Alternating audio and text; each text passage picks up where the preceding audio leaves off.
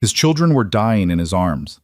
Daniel Harlow had watched his wife take her last breath 2 years ago, and now, God help him, he was about to watch his sons do the same. The blizzard had swallowed them whole. No shelter, no fire, no hope. Just white death falling from a black sky and 3 small bodies growing colder by the minute. Then his eldest son screamed through the wind, "Papa, light!" Through the storm, impossible and golden, a cabin window glowed like a miracle he'd stopped believing in. Stay with me until the end of this story and comment what city you're watching from so I can see how far this tale has traveled. The wind had teeth. Daniel Harlow had lived through 29 winters in Montana Territory, but he'd never felt cold like this. Cold that didn't just bite but devoured, that turned breath to ice in your lungs and made your bones ache like they were cracking from the inside out. The kind of cold that killed. And it was killing his sons. "Papa, I can't feel my hands." Daniel looked down at Thomas, his middle boy, 8 years old with his mother's dark eyes and his father's stubborn jaw. The child's lips had gone from pink to blue to something approaching gray, and his words came out slurred, distant, like he was already halfway to somewhere Daniel couldn't follow. "Keep them tucked in, Tommy, under your arms, like I showed you." Daniel's own voice sounded strange, too calm, too steady, like it belonged to someone else, like it belonged to a man who wasn't watching his world end for the second time in 2 years. They'd left Silver Creek that morning with a wagon full of supplies and 3 days' journey ahead of them. The sky had been clear, bright even, the kind of December day that fooled you into thinking winter might show mercy. Daniel had checked the wagon wheels twice, packed extra blankets, loaded enough salted pork and hardtack to see them through to his brother's ranch in Kalispell. He'd done everything right. Then the storm came. It didn't roll in gradual like storms were supposed to. It attacked. 1 minute clear sky, the next minute the whole world turned white and howling. The temperature dropped so fast Daniel could feel it happening, feel the air itself turning to knives. The horses panicked. The wagon hit a rut hidden under sudden snow, and the front axle snapped with a crack that sounded like breaking bone. That was 6 hours ago, maybe 7.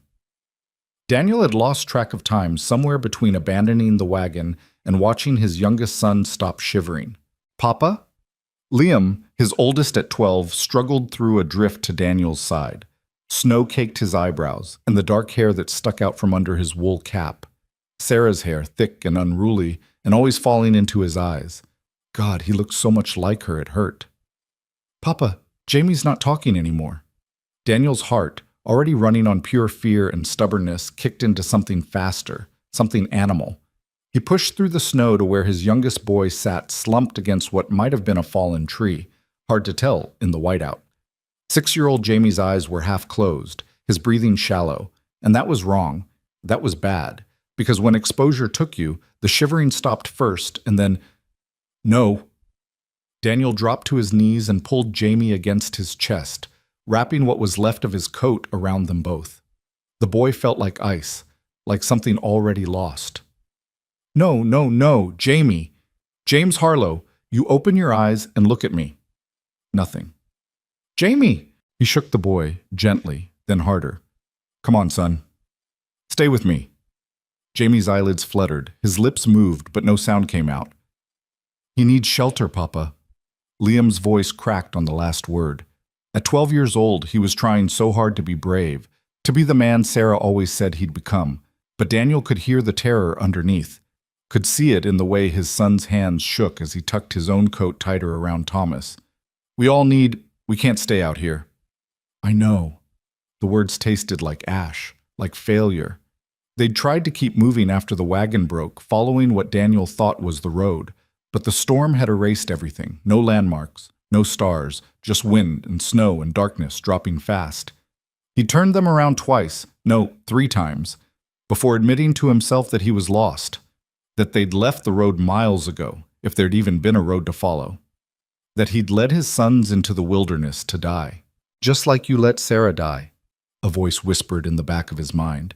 The voice that woke him at 3 a.m, the voice that told him he should have seen the fever sooner, should have ridden faster for the doctor, should have done something other than hold her hand while she burned up from the inside and told him to take care of their boys. "I'm trying," he'd told her as she slipped away. I'm trying, Sarah. And now here he was, 2 years later, failing her again. Papa. Thomas tugged at Daniel's sleeve with fingers that barely worked. Papa, I'm tired. I know, buddy. I know you're tired. Daniel pulled Thomas close with his free arm, trying to share body heat that he barely had himself. His sons felt like frozen ghosts in his grip. But you gotta stay awake for me, okay? Both of you, tell me. His mind scrambled for anything, any thread to keep them conscious. Tell me about the ranch. Uncle Peter's place. What are you gonna do when we get there? Gonna see the horses, Thomas mumbled.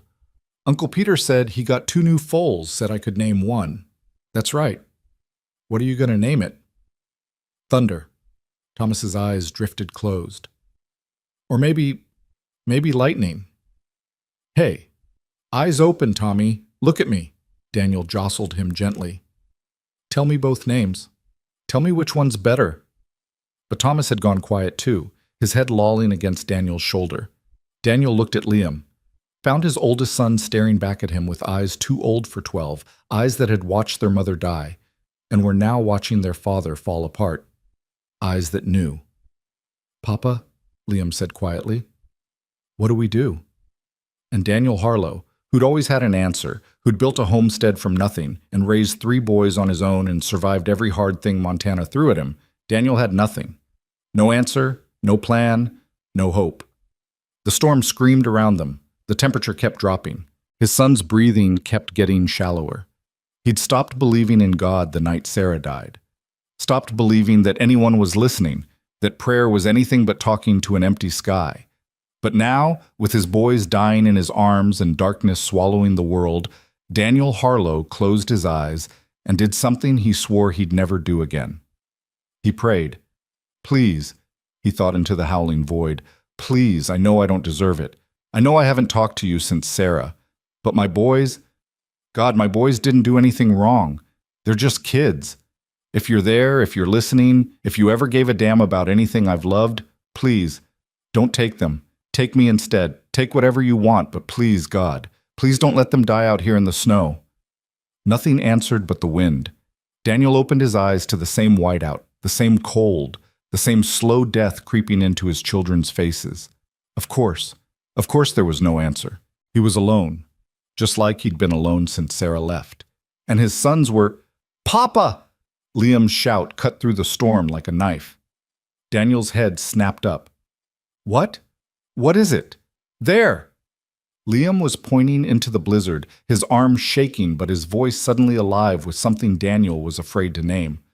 Papa, I see it! I see light! What? Daniel squinted into the white, saw nothing but snow and darkness, and… wait. There. Impossible and golden and faint enough that he thought his mind was inventing it, a glow pierced the storm, weak, wavering, but there, a light where no light should be. It's a cabin, Liam gasped. Papa, it's a cabin! Someone's there! Daniel's heart hammered against his ribs. It couldn't be real. They were miles from anywhere, lost in the high country where nobody lived, where no sane person would build a home. It had to be a trick of the storm, or hypothermia playing games with his vision, or… The light flickered again. Steadier this time. Definitely real. How far? Daniel's voice came out hoarse. Maybe 100 yards? Maybe more? Liam was already struggling to his feet. We can make it, Papa. We have to try. Daniel looked down at Jamie, limp and barely breathing in his arms. At Thomas, whose eyes wouldn't focus anymore. 100 yards might as well be 100 miles in this storm, with 2 children who couldn't walk and one who barely could. But that light was there. Someone was there. And it was the only chance his sons had. Okay. Daniel shifted Jamie's weight and pushed himself upright on legs that screamed in protest. Every part of him hurt. His hands were numb. His face was raw where the wind had scoured it, and his right ankle throbbed where he'd twisted it climbing out of the broken wagon hours ago. None of it mattered. Tommy, I need you to hold on to Liam. Can you do that? Thomas nodded vaguely, already drifting again. Liam, you keep your brother moving. Don't stop. Don't slow down. You follow me. You understand? Right behind me the whole way. Yes, sir. Liam grabbed Thomas's arm and pulled it around his shoulders, taking his brother's weight. Too much weight for a 12-year-old boy. But Liam's jaw set in that stubborn line Daniel knew so well. Sarah's determination in a child's face, and he nodded. I got him, Papa. Let's go. Daniel adjusted Jamie in his arms and turned toward the light. It seemed farther now, fainter, like it might vanish if he looked away. He fixed his eyes on it and started walking. The storm fought him with every step. Wind slammed into his chest hard enough to stagger him. Snow found every gap in his clothing and turned his skin to ice. The cold had its claws in deep now, making his thoughts fuzzy, his movements sluggish. He kept his head down and pushed forward one step at a time, counting them to keep his mind focused. 1, 2, 3, 4. Sarah, I'm trying. 5, 6, 7. Behind him he heard Liam's voice, tight with effort. Come on, Tommy. Left foot, right foot. That's it. Keep going. 11, 12. Don't you dare drop him. 13, 14. Jamie's head lolled against Daniel's shoulder. The boy's breathing hitched, stuttered, and for one terrible second Daniel thought it had stopped completely. But then Jamie coughed weakly, and the breath resumed, thin and rattling. But there. 23, 24. Almost there, son. Hold on. 25. The light grew brighter, closer. Daniel could make out a shape now, a real cabin, small but solid, with smoke rising from a chimney and that blessed golden glow spilling from a single window. We're close, Liam shouted. Papa, we're going to make it. 38, 39. Please let someone be home. 40. 50 yards became 40. 40 became 30. Daniel's legs were shaking, his vision swimming, but the cabin was right there, close enough to see the details now. Wooden walls chinked with moss, a narrow porch, a door that looked thick enough to keep out the storm that was trying to kill them. 20 yards, 10. Daniel's boot caught on something buried under the snow, and he stumbled forward, nearly dropping Jamie. He caught himself against a porch post, gasping, and looked back to make sure Liam and Thomas were still behind him. They were. Barely. Liam's face was sheet white, and Thomas wasn't moving his legs anymore, letting his brother drag him through the last few feet of snow. We made it, Daniel breathed. We're here, boys, we're... He turned back to the door and raised his fist to knock.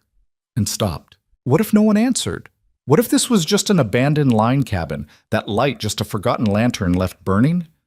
What if they'd made it this far only to find an empty shelter with no food, no fire, no... The door swung open. A woman stood in the doorway, backlit by firelight that made her look almost unreal. She was maybe 40, with ash-brown hair pulled back in a simple knot, and wearing a thick wool dress that had been patched more than once. Her face was weathered but kind, with lines around her eyes that spoke of laughter once upon a time. But it was her eyes themselves that stopped Daniel cold, brown and warm and sharp, with the kind of immediate assessment that only came from medical training or hard experience. She looked at Jamie first, then at Thomas and Liam, then finally at Daniel. My God, she said. Her voice was low and calm, the kind of calm that came from keeping your head in emergencies. You're half frozen. All of you. How long have you been out there? Hours, Daniel managed through numb lips. Our wagon broke. Storm came. Never mind that now. The woman stepped aside without hesitation. Get inside, quickly. Daniel didn't need to be told twice. He staggered through the door into blessed warmth that hurt almost as much as the cold. Behind him, Liam half-carried, half-dragged Thomas across the threshold. The woman shut the door immediately, cutting off the wind's howl. The cabin was small but spotlessly clean, with a fire crackling in a stone hearth and a few pieces of simple furniture arranged with care. Dried herbs hung from the rafters and shelves lined one wall, filled with jars and bottles. Daniel's blurred vision couldn't quite focus on. The boy in your arms. Lay him by the fire. Now! The woman was already moving, pulling blankets from a trunk, her movements quick and practiced. The other two as well. Strip off their wet clothes. Everything. Daniel's mind was moving too slowly, still stuck in the storm, in the fear, in the relief that was threatening to buckle his knees. Ma'am, do it! She turned to look at him, and there was steel under that calm now. Hypothermia kills. Your youngest is in the worst shape, but they all need to warm up gradually or you'll lose them to shock. Wet clothes off, dry clothes on, near the fire, but not too near. You understand? Daniel nodded, started to lower Jamie to the floor. Wait.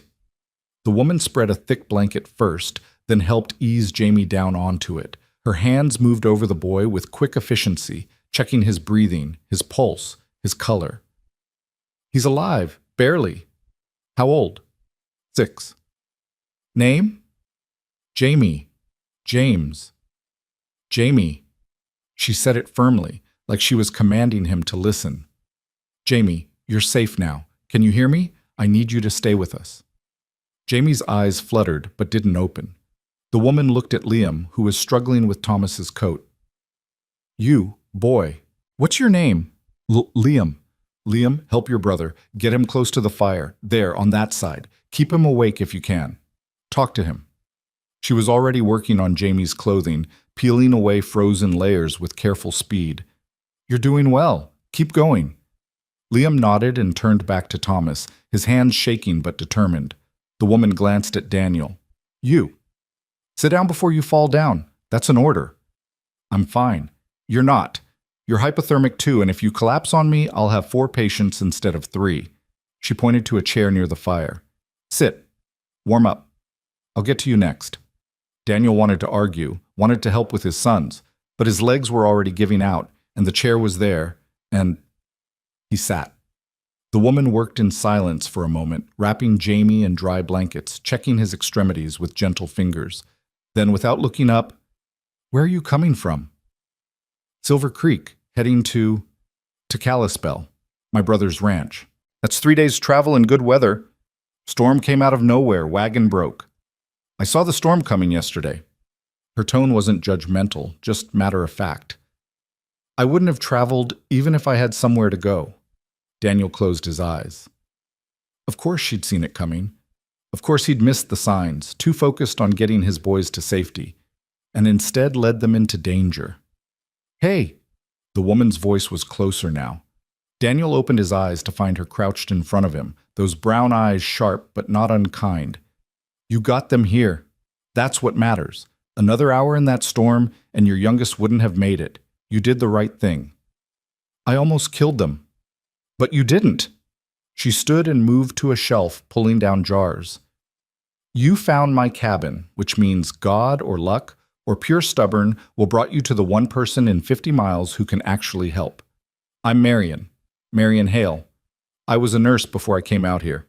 A nurse, of course. Yes.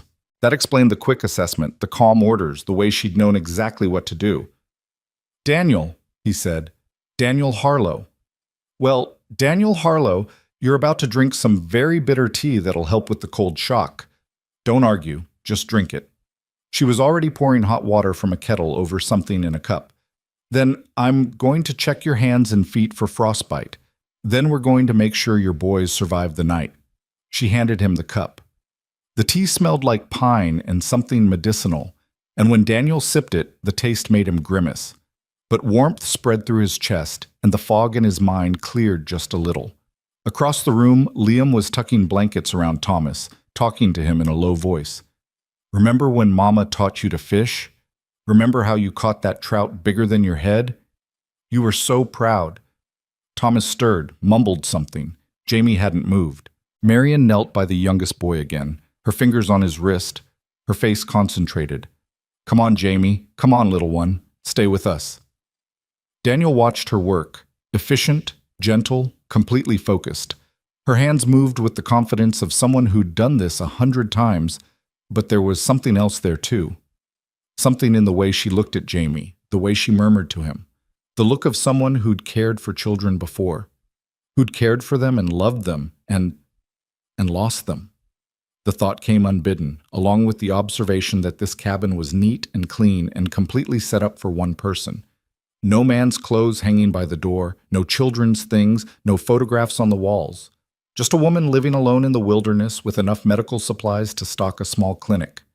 Everyone had a story out here. Everyone had reasons for the choices they made, the places they ended up.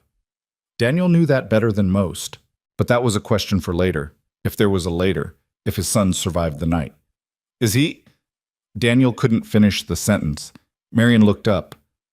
His heart beat stronger. That's good. The tea and the warmth are helping. She adjusted the blankets around Jamie's small body. But he's not out of danger yet. None of them are.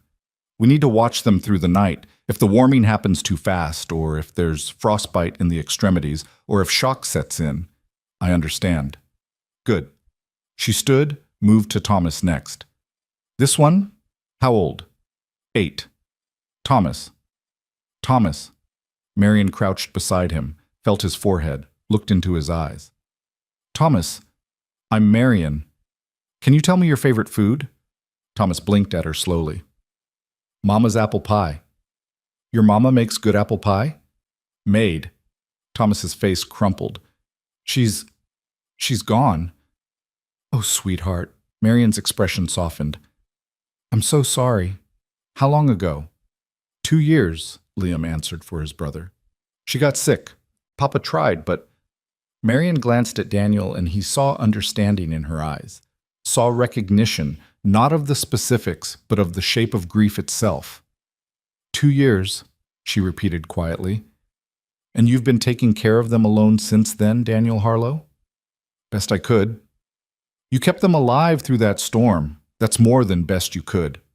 She moved to Liam last. And you, 12? Yes, ma'am. You helped your brother the whole way here? Yes, ma'am. Then you're stronger than most grown men I've known. Marion put a hand on Liam's shoulder. You did good, Liam. Real good. Liam's face flushed, and he looked down quickly, but Daniel saw the pride there. Saw his eldest son stand a little straighter.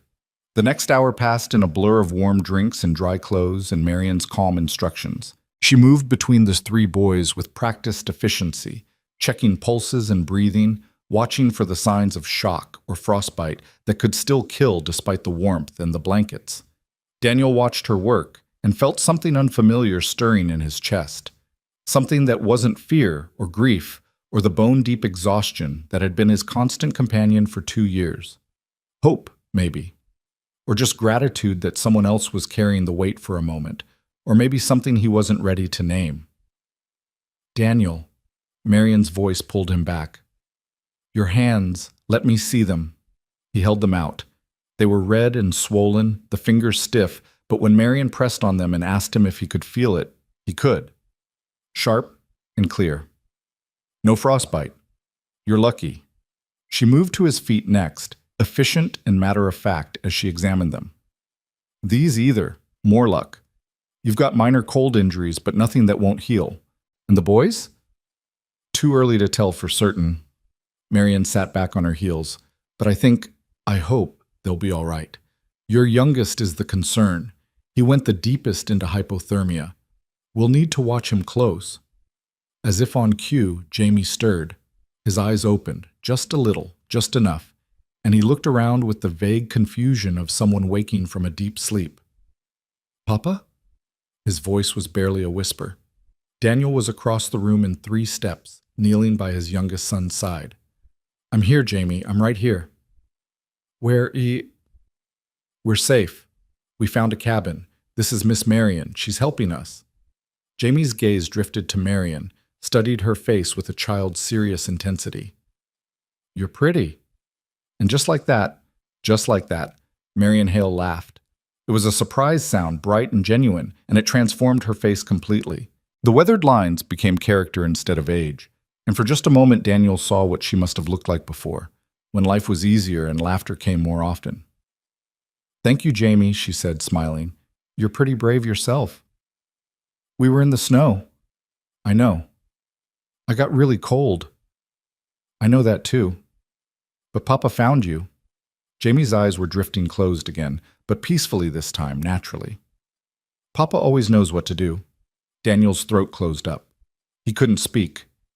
Marion reached over and squeezed his shoulder, just once, just briefly, and somehow that simple touch said everything that needed saying.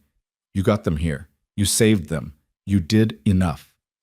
The wind still howled outside, battering the cabin walls, but inside it was warm and safe and quiet except for the crackle of the fire. Thomas had fallen asleep wrapped in blankets, his breathing steady and deep. Liam sat nearby, fighting to keep his own eyes open, determined to stay on watch. "You should sleep too," Marion told him gently. "I'll watch over your brothers." "You're sure?" "I'm sure." "Rest, Liam." The boy looked at Daniel, who nodded. Permission granted, Liam finally let himself lie down, and within minutes he was out. Daniel remained kneeling by Jamie, one hand on his son's chest, feeling it rise and fall. Alive. They were alive. "You should rest as well," Marion said quietly. "Can't." Daniel didn't look up. "Need to make sure they're okay." "They'll be okay. You have my word on that." "You can't promise." "No," Marion agreed. "I can't promise anything. Nobody can. But I can tell you that I've treated hypothermia before, more times than I care to count, and your boys are responding well. They're young and strong, and they have someone who loves them fierce enough to drag them through a blizzard. That counts for a lot." Daniel finally looked at her. "Why do you live out here alone?" It was a rude question, maybe. Too personal for strangers. But exhaustion had stripped away his filters, and he needed to understand who this woman was, this miracle who'd opened her door without hesitation. Marion was quiet for a long moment. Then, "That's a question for another time when we're not fighting to keep your sons alive." She stood. "I'll make more tea. Try to rest. Just for a few minutes." She moved away toward the hearth, and Daniel watched her go. Watched the way she carried herself, confident but solitary, capable but alone. A woman with a story she wasn't ready to tell. But she'd saved his boys. She'd opened her door to strangers in a storm and asked for nothing in return except that they survive. For now, that was enough. Daniel settled onto the floor beside Jamie, his hand still resting on his son's chest. The fire crackled. The storm raged outside, and for the first time since Sarah died, Daniel Harlow closed his eyes and didn't dream of death. He dreamed of warmth and light, and a woman's laugh cutting through the dark. Daniel woke to the smell of coffee and something baking. For one disoriented moment, he thought he was home, thought Sarah was in the kitchen making breakfast, that the last 2 years had been nothing but a nightmare he could shake off with the morning light. Then reality settled back into place. The unfamiliar cabin, the storm still growling outside, and 3 small bodies sleeping near a hearth that wasn't his own. He pushed himself upright, every muscle screaming in protest. His body felt like it had been beaten with hammers, which wasn't far from the truth. Hypothermia took its toll in ways that lasted long after the warming. But he was alive, and more importantly, when he looked toward the fire, all 3 of his sons were still breathing. Jamie was awake, sitting up against a pile of blankets and watching Marion with wide eyes as she worked at a cast-iron stove in the corner. Thomas still slept, but his color was better, pink instead of that awful gray. And Liam was stretched out on his back, one arm flung over his face, snoring softly in a way that would have made Sarah laugh. "You're up." Marion glanced over her shoulder. "How do you feel?" "Like I got trampled by a horse." "That sounds about right." She turned back to whatever she was doing at the stove. "There's coffee in the pot by the fire. Help yourself." Daniel stood slowly, testing his legs. They held, which was better than he'd expected. He poured coffee into a tin cup and took a sip, strong enough to strip paint, but hot and real, and exactly what he needed. "What time is it?" The windows showed gray light, but whether it was dawn or just the storm filtering the sun, he couldn't tell. "Around 7, I'd guess. Storm's still going, but not as hard as last night." Marion pulled something from the oven, cornbread from the smell of it. "You slept about 5 hours. The boys?" "Jamie woke up an hour ago. He drank some broth and kept it down, which is a good sign. Thomas and Liam haven't stirred yet, but they're breathing steady and their color's better. I checked them all through the night. No fever, no signs of shock or frostbite complications. They're going to be fine, Daniel." The relief that washed through him was so intense it made his knees weak. He sat down hard in the chair by the fire and put his face in his hands, just for a moment, just long enough to pull himself together. "Hey," Marion's voice was gentle. "It's okay. You can fall apart for a minute. God knows you've earned it." "Can't." Daniel looked up. "Can't afford to fall apart. They need me. They need you alive and functional, which means you need to let yourself feel things occasionally instead of just pushing through. She set the cornbread on a trivet and turned to face him fully. I've seen men like you before. Good men who lose someone and decide the only way forward is to never stop moving, never stop working, never let themselves hurt, because hurting means stopping, and stopping means thinking, and thinking means remembering. It doesn't work, Daniel. Eventually, it breaks you. Her words hit too close to home. Daniel looked away, studying his coffee like it held answers. You don't know me. No, Marion agreed. But I know grief. I know what it looks like when someone's running from it instead of through it. And what would you have me do? Sit around crying while my boys need feeding and the ranch needs running, and I'd have you let someone else carry the weight for 5 damn minutes. There was steel in her voice now. You nearly died last night, Daniel Harlow. Your sons nearly died.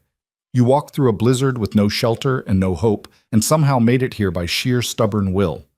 That's impressive. That's admirable. That's also not sustainable. I don't need a lecture. No. You need sleep and food and someone to tell you that you're allowed to be human. Marion crossed her arms. But since you clearly won't accept any of those things, how about you sit there and drink your coffee while I feed your son some breakfast, and we'll call it even. Daniel opened his mouth to argue, then closed it. Because Jamie was looking at him with those wide, serious eyes, and Marion was already moving toward the boy with a bowl of something that steamed gently, and Daniel was so tired he could barely think straight. Fine, he muttered. Good. Marion knelt beside Jamie. How are you feeling this morning, sweetheart? Better. Jamie's voice was still weak, but clearer than last night. My tummy hurts a little. That's normal. You got very cold, and your body's still warming up. This is oatmeal with honey. Think you can eat some? Jamie nodded. Marion helped him sit up straighter and handed him the bowl, watching carefully as he took his first bite. The boy ate slowly but steadily, and color continued to creep back into his cheeks with each spoonful. Daniel watched them and felt something complicated twist in his chest. It had been 2 years since anyone besides him had taken care of his sons. 2 years of being the only one to check fevers and bandage scraped knees and make meals that were edible, if not exactly good. He'd gotten used to it, to being everything they needed because there was no one else. And now here was this woman treating his youngest son with a tenderness Daniel had almost forgotten existed, and it made him remember Sarah in ways that hurt and healed at the same time. Papa? Jamie looked over at him. Miss Marion says the storm might last all day. That's what it looks like, Marion confirmed. We're snowed in until it passes. Could be tonight, could be tomorrow. Hard to say with storms like this. Daniel's mind immediately went to logistics.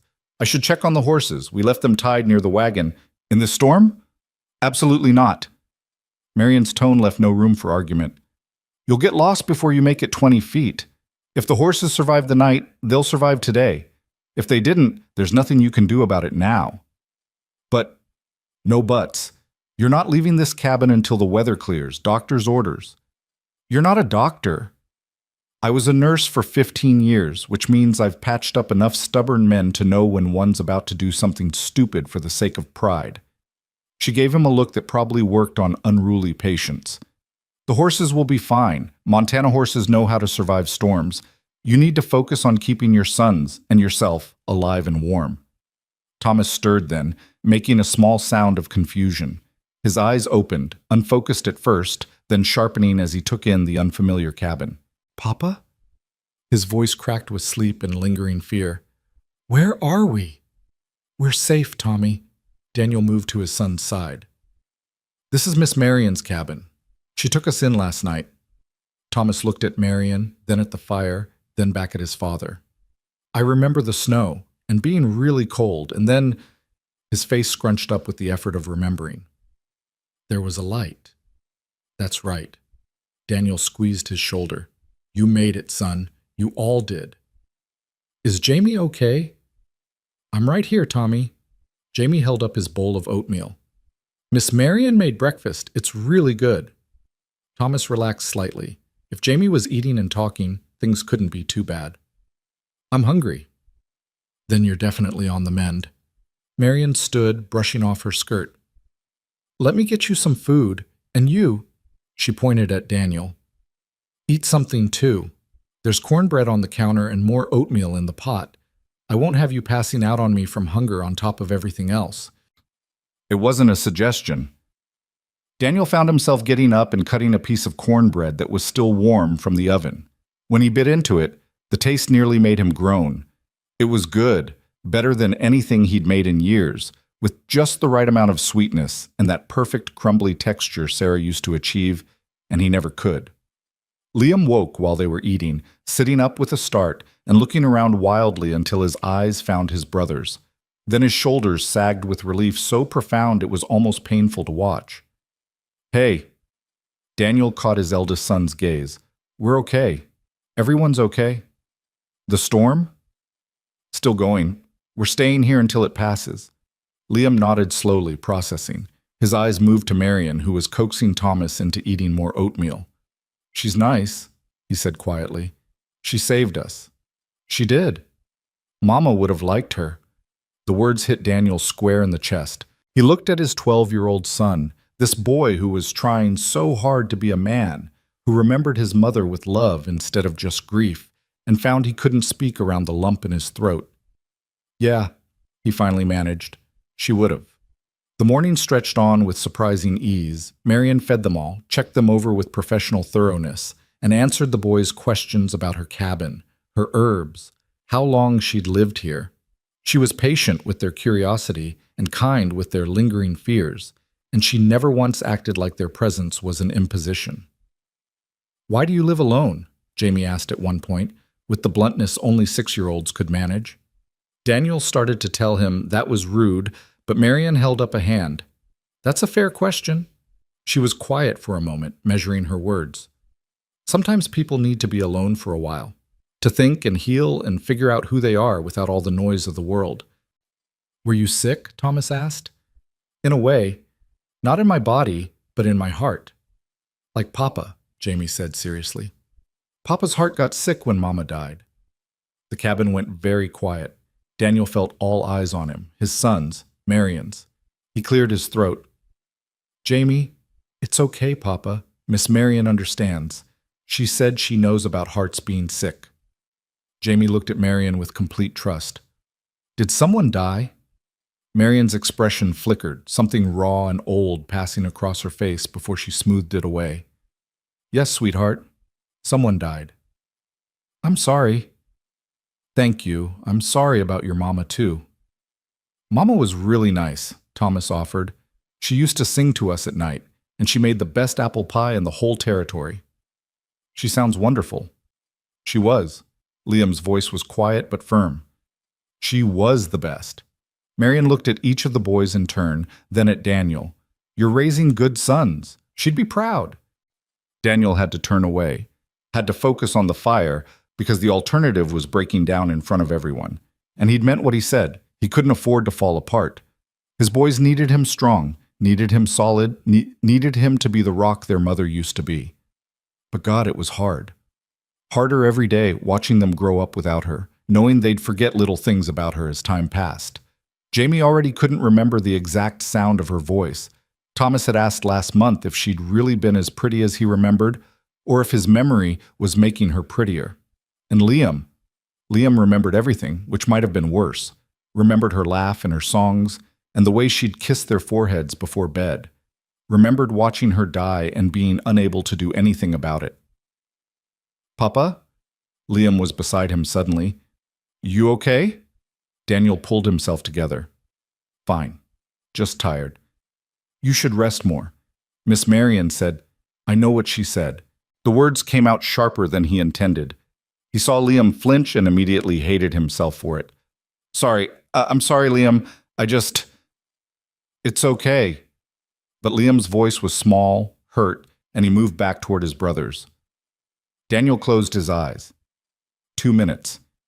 He couldn't even make it 2 minutes without failing them. A hand touched his shoulder. Marion, standing beside him with a cup of coffee. Drink this. Then go lie down for a while. I can't. Yes, you can. I'll watch the boys. They're safe and fed and entertained. You need actual rest in an actual bed, not 5 hours on a hard floor. She pressed the cup into his hands. There's a small room through that door. Take it. That's not a request. Daniel looked at her. at this woman who'd taken them in without question, who'd saved his sons and was now trying to save him from himself. Why are you doing this? Because you need help, and I can give it. Does there need to be more reason than that? Most people wouldn't open their door to strangers. Most people aren't worth knowing. Marion's smile was slight but genuine. Go rest, Daniel Harlow. We'll all still be here when you wake up.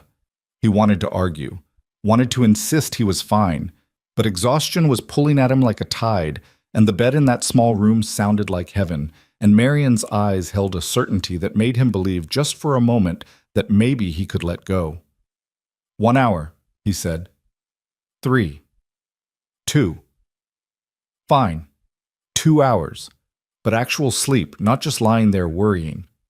Daniel drank the coffee, wondered briefly if she'd put something in it to help him sleep, and made his way to the small room off the main cabin. It was barely bigger than a closet, with a narrow bed and a single window, but it was clean and quiet and private. He lay down without even removing his boots, and was asleep in minutes. When he woke, sunlight was streaming through the window, and he could hear laughter from the main room. Real laughter, bright and young and unrestrained. The sound of his sons being children instead of survivors. Daniel sat up slowly, orienting himself. The storm had stopped. He could tell by the silence, by the quality of light. How long had he slept? It felt like hours. He emerged from the bedroom to find his 3 sons sitting at Marion's small table, playing some kind of card game. Thomas was giggling at something Liam had said, and Jamie was concentrating so hard on his cards, his tongue was sticking out. You cheated, Thomas accused Liam. Did not. Did too. I saw you look at my cards. Boys, Marion said mildly from where she stood by the stove, no cheating, and no accusing your brother of cheating unless you have proof. He definitely cheated, Jamie said solemnly. I did not. But Liam was grinning, and so were his brothers, and the whole thing dissolved into laughter again. Daniel stood in the doorway and just watched. When was the last time he'd heard them laugh like this? Really laugh, not just smile or chuckle, but full-body laughter that shook their shoulders and made them snort? Not since before Sarah died. Maybe not even then. Those last months had been hard, full of worry and whispered conversations and trying to keep the boys from seeing how bad things were getting. Papa, Jamie spotted him first. You're awake. Miss Marion taught us a new game. It's called Rummy, and it's really fun. I can see that. Daniel's voice came out rougher than he intended. He cleared his throat. How long was I asleep? 4 hours, Marion said without looking up from the pot she was stirring. And before you complain, you needed it. Your color's better and you're not swaying on your feet anymore, so I'd say the extra time was well spent. 4 hours. He'd left his sons for 4 hours with a woman they'd just met, and instead of disaster, he'd come back to find them happy and playing and safe. The storm stopped, he observed. About 2 hours ago. Snow's deep, though, probably 3 feet or more. You won't be traveling today. Daniel moved to the window and looked out. The world was white and pristine and impossibly beautiful. The storm had transformed everything, covering the rough edges and making even the wilderness look gentle. But Marion was right. The drifts were massive, and the sky, though clear now, had that pale, exhausted quality that meant more weather could roll in at any moment. We should check on the horses, he said, and the wagon, see what can be salvaged. After you eat. Marion ladled something into a bowl. Venison stew. Sit. I'm not hungry. Daniel Harlow, I have kept your sons alive and entertained for 4 hours. The least you can do is eat the food I cooked without arguing. She set the bowl on the table with a thunk that wasn't quite aggressive but definitely wasn't gentle. Sit. Liam was trying not to grin. Thomas and Jamie had given up trying and were outright smiling. She's bossy, Jamie whispered to his father. I heard that, Marion said. And yes, I am. Especially with stubborn men who don't know what's good for them. Daniel found himself sitting. The stew smelled incredible, rich and hearty with vegetables he couldn't quite identify. When he tasted it, he had to stop himself from wolfing it down like an animal. Good? Marion asked. Very good. Then eat slowly and don't make yourself sick. She turned back to the boys.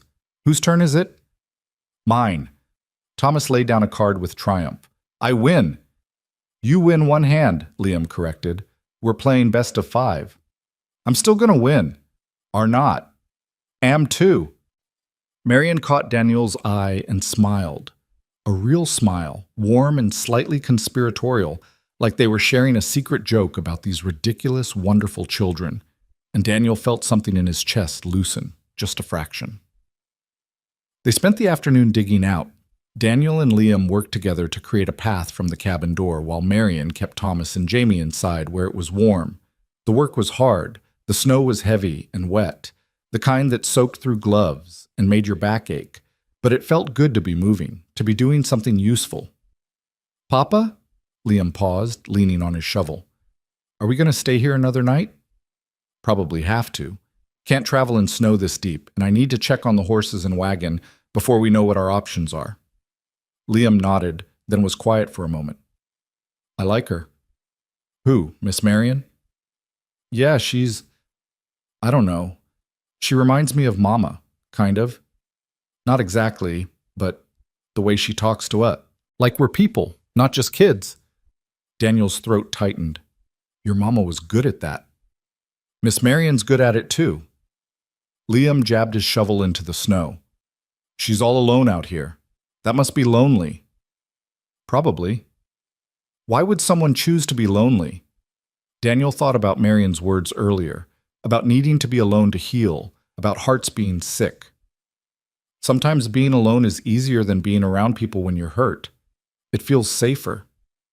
Is that why you don't talk to people anymore? Like Mr. Henderson from the general store or Mrs. Patterson who always brings us pies? The observation stung because it was true. Daniel had pulled away from everyone after Sarah died, keeping his distance, keeping his boys close, but everyone else at arm's length.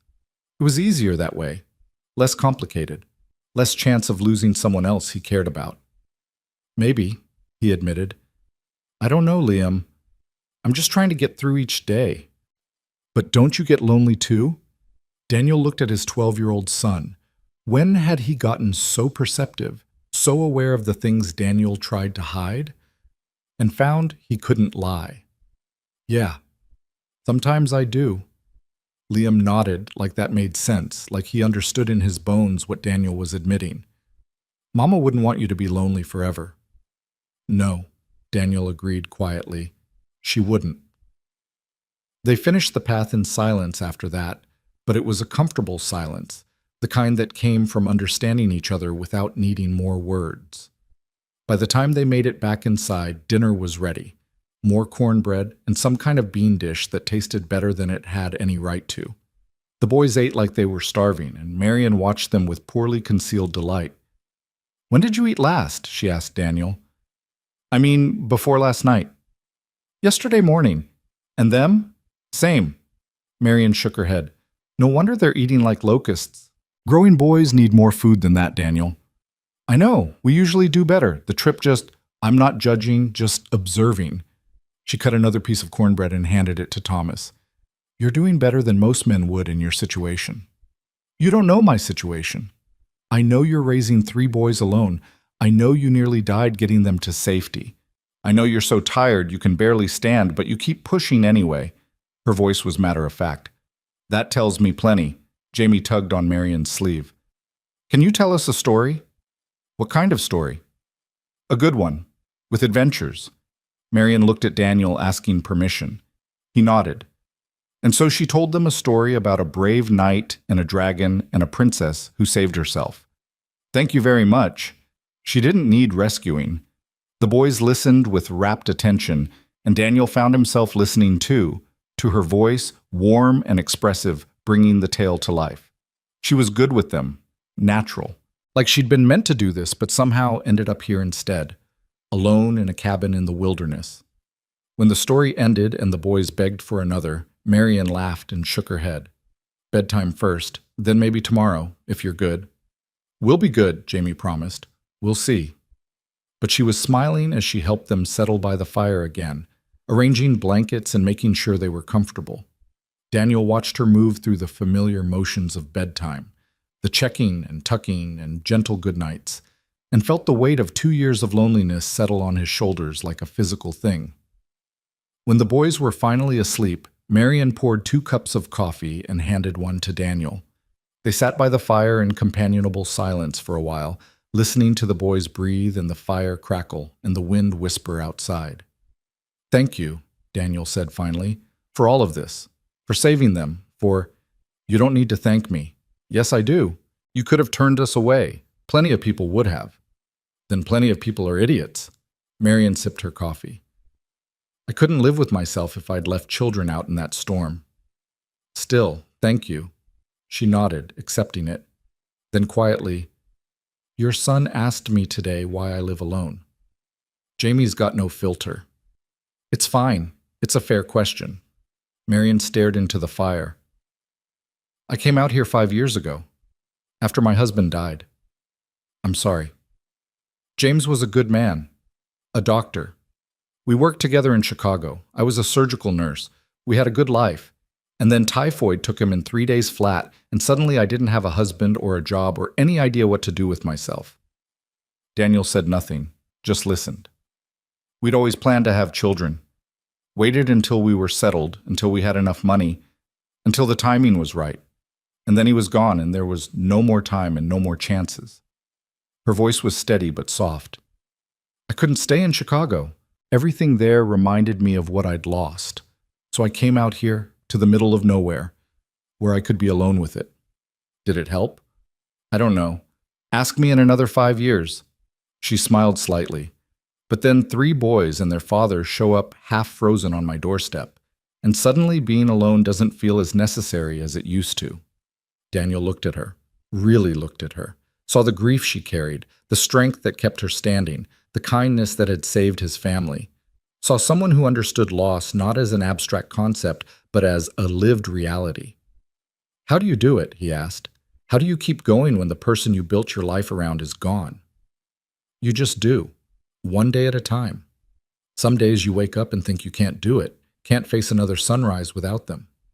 And then you do it anyway because the alternative is giving up, and giving up means they died for nothing." Marian met his eyes. "But you know that already. You've been doing it for 2 years. It doesn't get easier." "No, but you get stronger, or at least you get used to carrying the weight." They sat in silence after that. 2 people who understood grief in ways they'd never wanted to, finding unexpected comfort in each other's company. Outside, the night was clear and cold and full of stars. Inside, 3 boys slept safely by a warm fire, and for the first time in 2 years, Daniel Harlow didn't feel quite so alone. Morning came too soon and too bright, sunlight bouncing off the snow and flooding the cabin with a brilliance that made Daniel squint. He woke before the boys, as he always did, and lay still for a moment listening to the quiet sounds of the cabin, the fire crackling low, someone moving in the main room, the soft breathing of his sons nearby. Someone. Marian. For a moment, he'd almost forgotten where they were, almost let himself imagine this was home, that the person making coffee in the next room was Sarah, that the last 2 years had been nothing but a bad dream. But it wasn't Sarah. It was a woman he'd known for barely 2 days, a stranger who'd saved their lives and shown more kindness than he'd encountered in months. And this wasn't home. It was borrowed shelter, temporary safety before they had to face the world again. Daniel pushed himself up and moved quietly past his sleeping sons into the main room.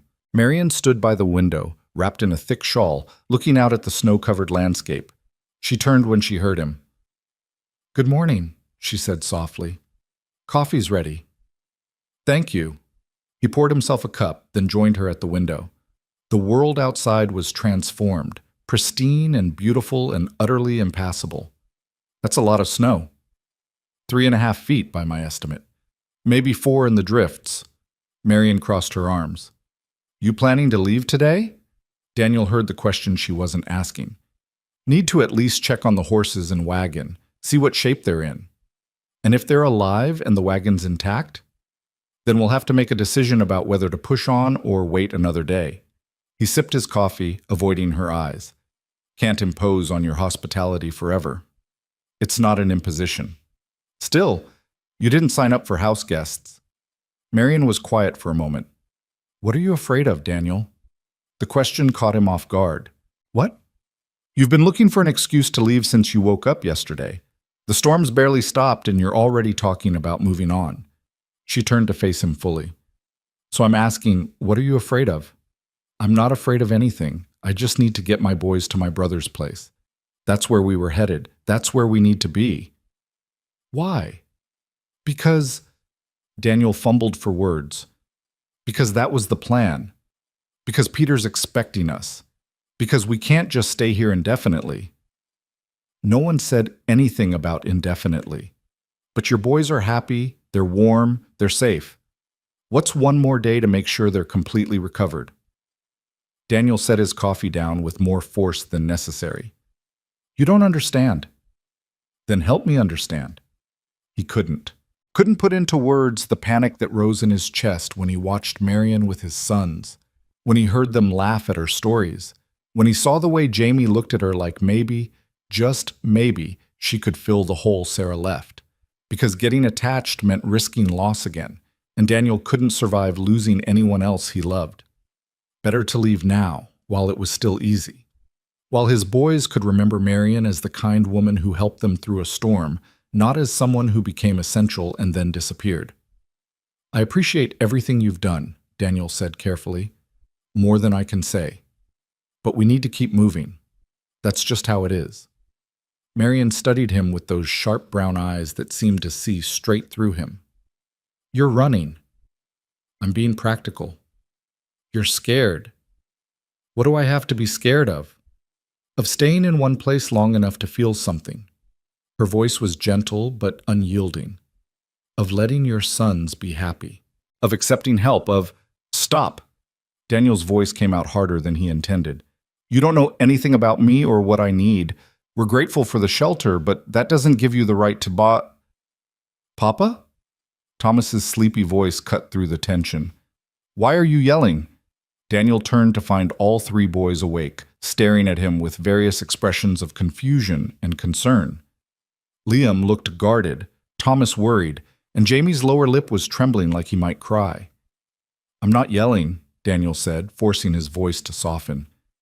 Just talking with Miss Marion about when we need to leave. Leave? Jamie's voice was small. But I like it here. I know, buddy, but we need to get to Uncle Peter's. Can't we stay one more day? Thomas asked. Please, Miss Marion was going to teach us about the herbs she uses for medicine. And she said she'd tell us another story, Jamie added. Daniel looked at Marion, who'd stepped back from the conversation, her expression carefully neutral. Then back at his sons, who were watching him with hope and confusion in equal measure. We'll see, he said finally. First, I need to check on the horses and wagon. Then we'll decide. It was a coward's answer, putting off the decision, avoiding the conflict. But it was the best he could do with three pairs of eyes watching him and Marion's words still echoing in his head. After a quick breakfast, Daniel and Liam bundled up and headed out into the snow. The cold hit Daniel like a physical blow, sharp and clean and somehow more honest than the warmth of the cabin. This he understood. This he could handle. They found the horses about a quarter-mile from Marion's cabin, huddled together behind a natural windbreak of rocks and pine trees.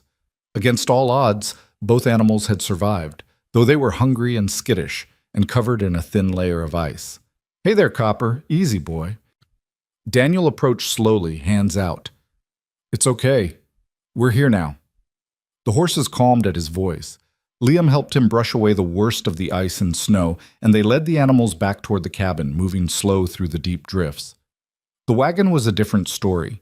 They found it on its side, half buried in snow, the broken axle worse than Daniel remembered. Most of their supplies had spilled out, some salvageable, some lost to the storm. The wagon itself was beyond repair without proper tools and lumber. We can't use it, Liam said, stating the obvious. No.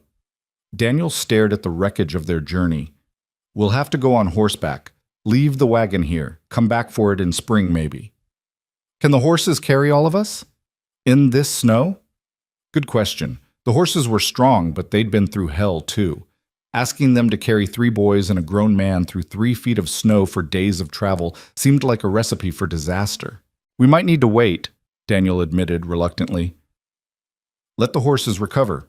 Let the trail breakers get through and pack down the main roads. So we're staying? For now. Maybe a few more days. Liam didn't say anything, but Daniel saw the relief in his son's eyes, saw the way his shoulders relaxed, the tension leaving his face. His boy wanted to stay. They all did. And maybe, God help him, Daniel wanted to stay too. They made their way back to the cabin with the horses, who Marian helped settle in a small lean-to behind the cabin that she normally used for firewood storage. She produced oats from somewhere and showed Jamie how to measure the right amount, while Thomas fetched fresh snow to melt for water. "You keep horses?" Daniel asked. "Used to. Had a mare until 2 years ago. She died of colic." Marian rubbed Copper's nose. "Haven't had the heart to replace her, but I kept the supplies just in case." Just in case lost travelers showed up with half-frozen horses. Just in case someone needed help. Just in case she wasn't as alone as she pretended to be. They spent the rest of the day in a strange domestic routine that felt both foreign and familiar. Marian taught the boys about her herbs, while Daniel repaired a loose board on the porch. They had lunch together, soup and bread, and the boys told Marian about the ranch, about their life before the storm, about Uncle Peter and the horses they'd get to ride. "Do you ever get lonely out here?" Thomas asked at one point. Daniel tensed, remembering the conversation from that morning, but Marian just smiled. "Sometimes, but I have books and projects and plenty to keep me busy. And occasionally, unexpected visitors show up and keep me on my toes." "We're good visitors, right?" Jamie asked anxiously. "The very best kind." Dinner came and went. The boys played cards again while Daniel and Marian cleaned up, moving around each other in the small kitchen space with surprising ease.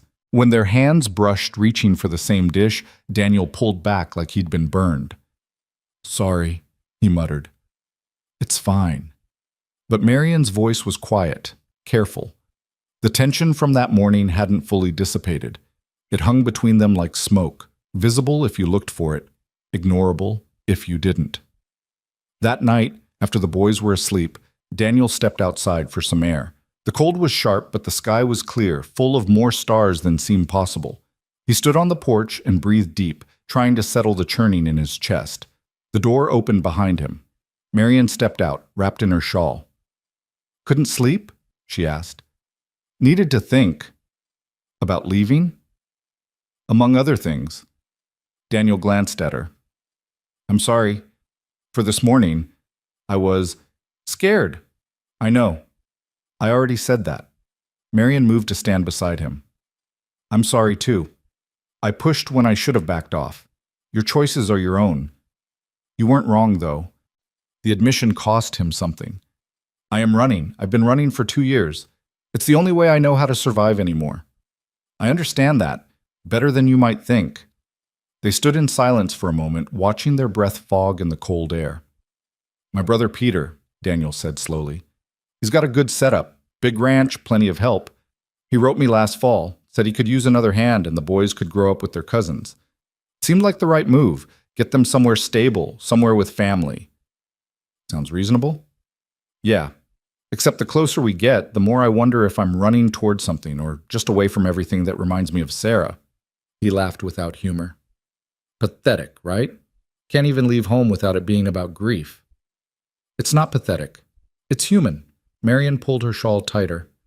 "After James died, I convinced myself that leaving Chicago was about starting fresh. But really, I was just running from everything that hurt. And you know what I found out here in the middle of nowhere?"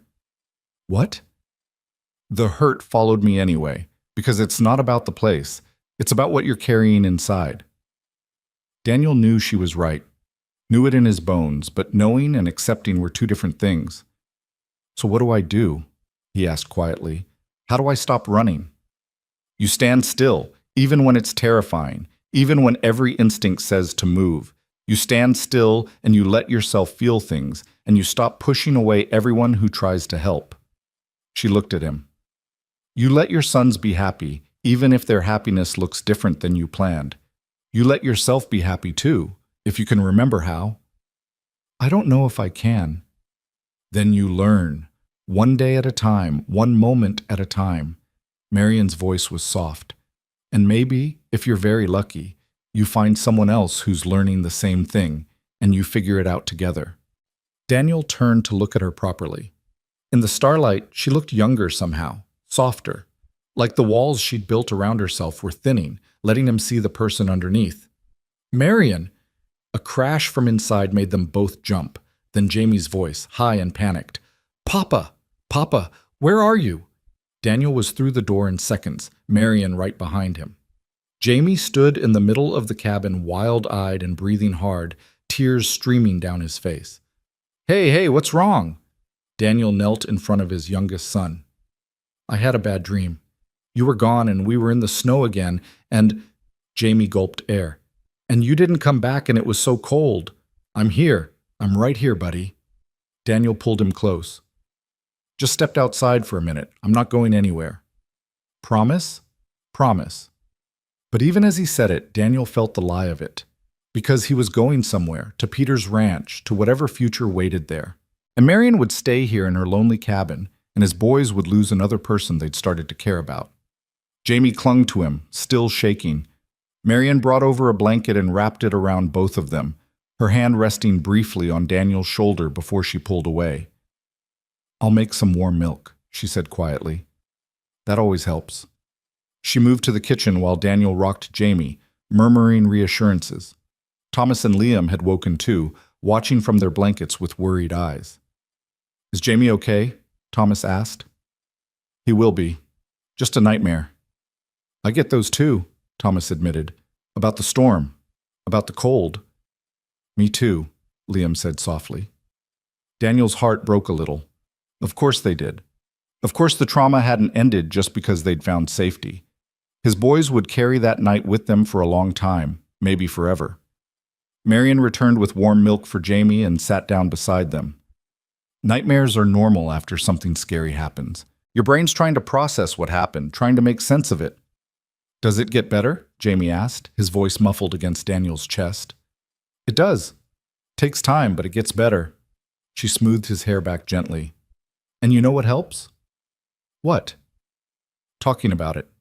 When you're scared or sad or remembering bad things, you tell your papa or your brothers or someone you trust. Don't keep it locked up inside." "Like how Papa doesn't talk about Mama?" Thomas asked, with the blunt honesty of an 8-year-old. The words hung in the air. Daniel felt all eyes on him, his sons, Marion's. Felt the weight of 2 years of silence pressing down. "Tommy," he started. "You never talk about her," Thomas continued. "Not about the good stuff, just that she's gone. But I want to remember her. I want to talk about her, and you won't let us." "That's not... I didn't mean..."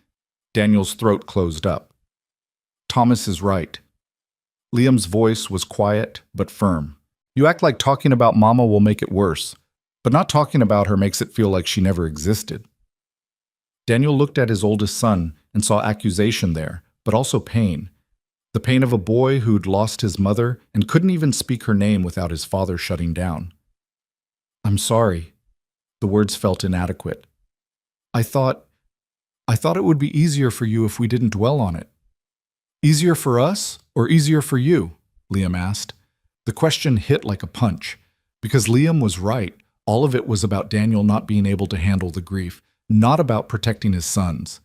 They'd needed to remember Sarah, to talk about her, to keep her alive in their hearts.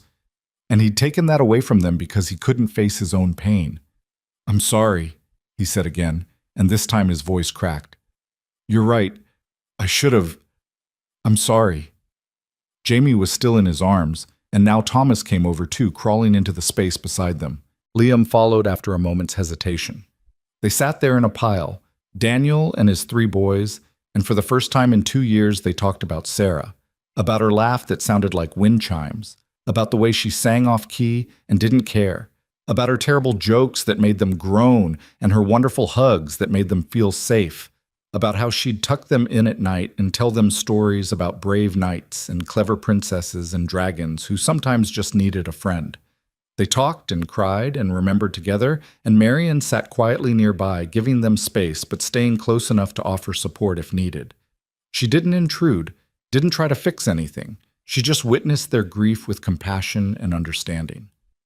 When the tears finally slowed and the boys started yawning, Daniel helped them settle back into their blankets. He tucked each one in, something he realized with shame he hadn't done in months. Too tired or too distant, or too afraid of the intimacy of it. Papa? Jamie's eyes were already closing. I miss Mama. Me too, buddy, every day. But I like Miss Marion too. Is that okay? Daniel's throat tightened. Yeah, that's okay. Good, 'cause she's nice, and she makes good cornbread. Despite everything, Daniel smiled. She does make good cornbread. Jamie drifted off.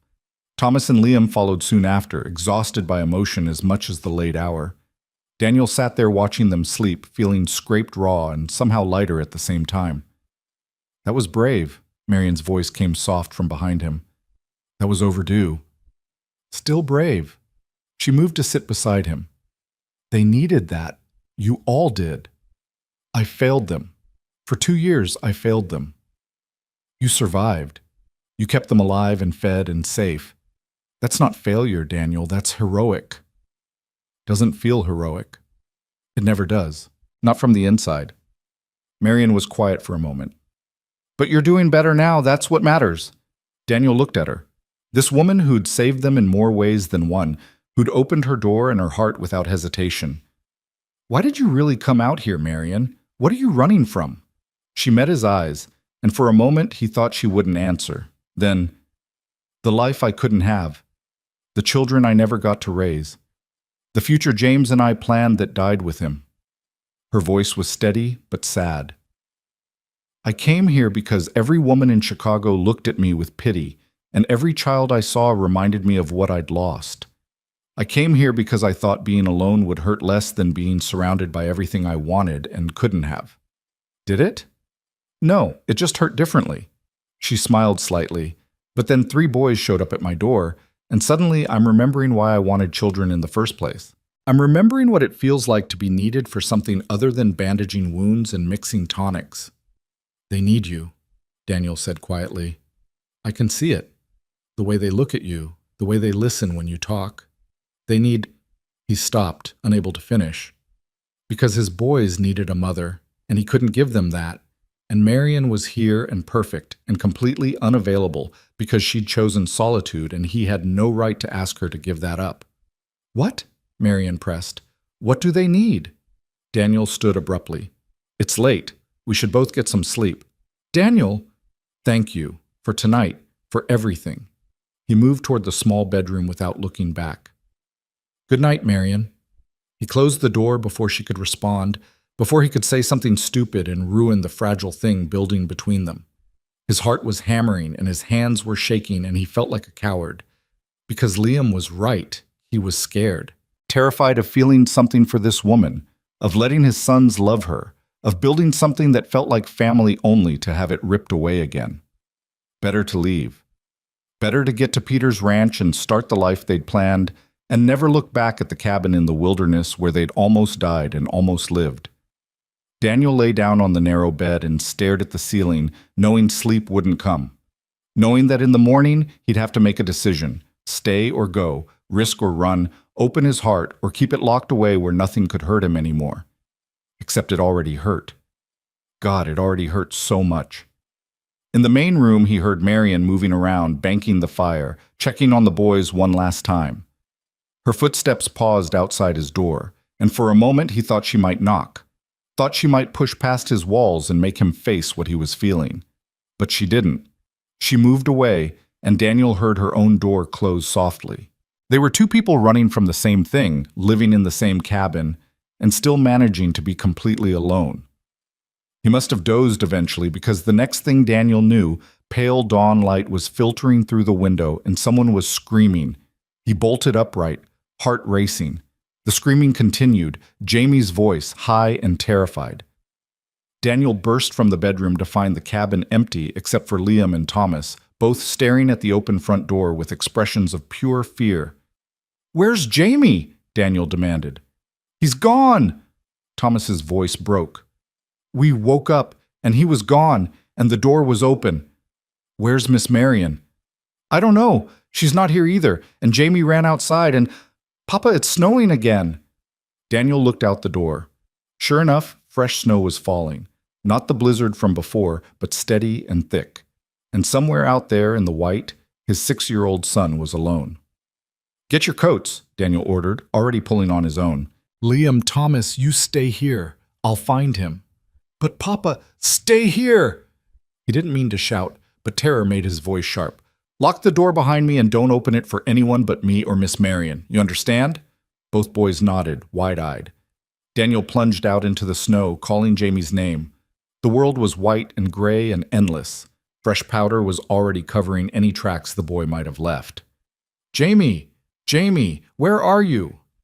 No answer, just wind and snow and Daniel's own ragged breathing.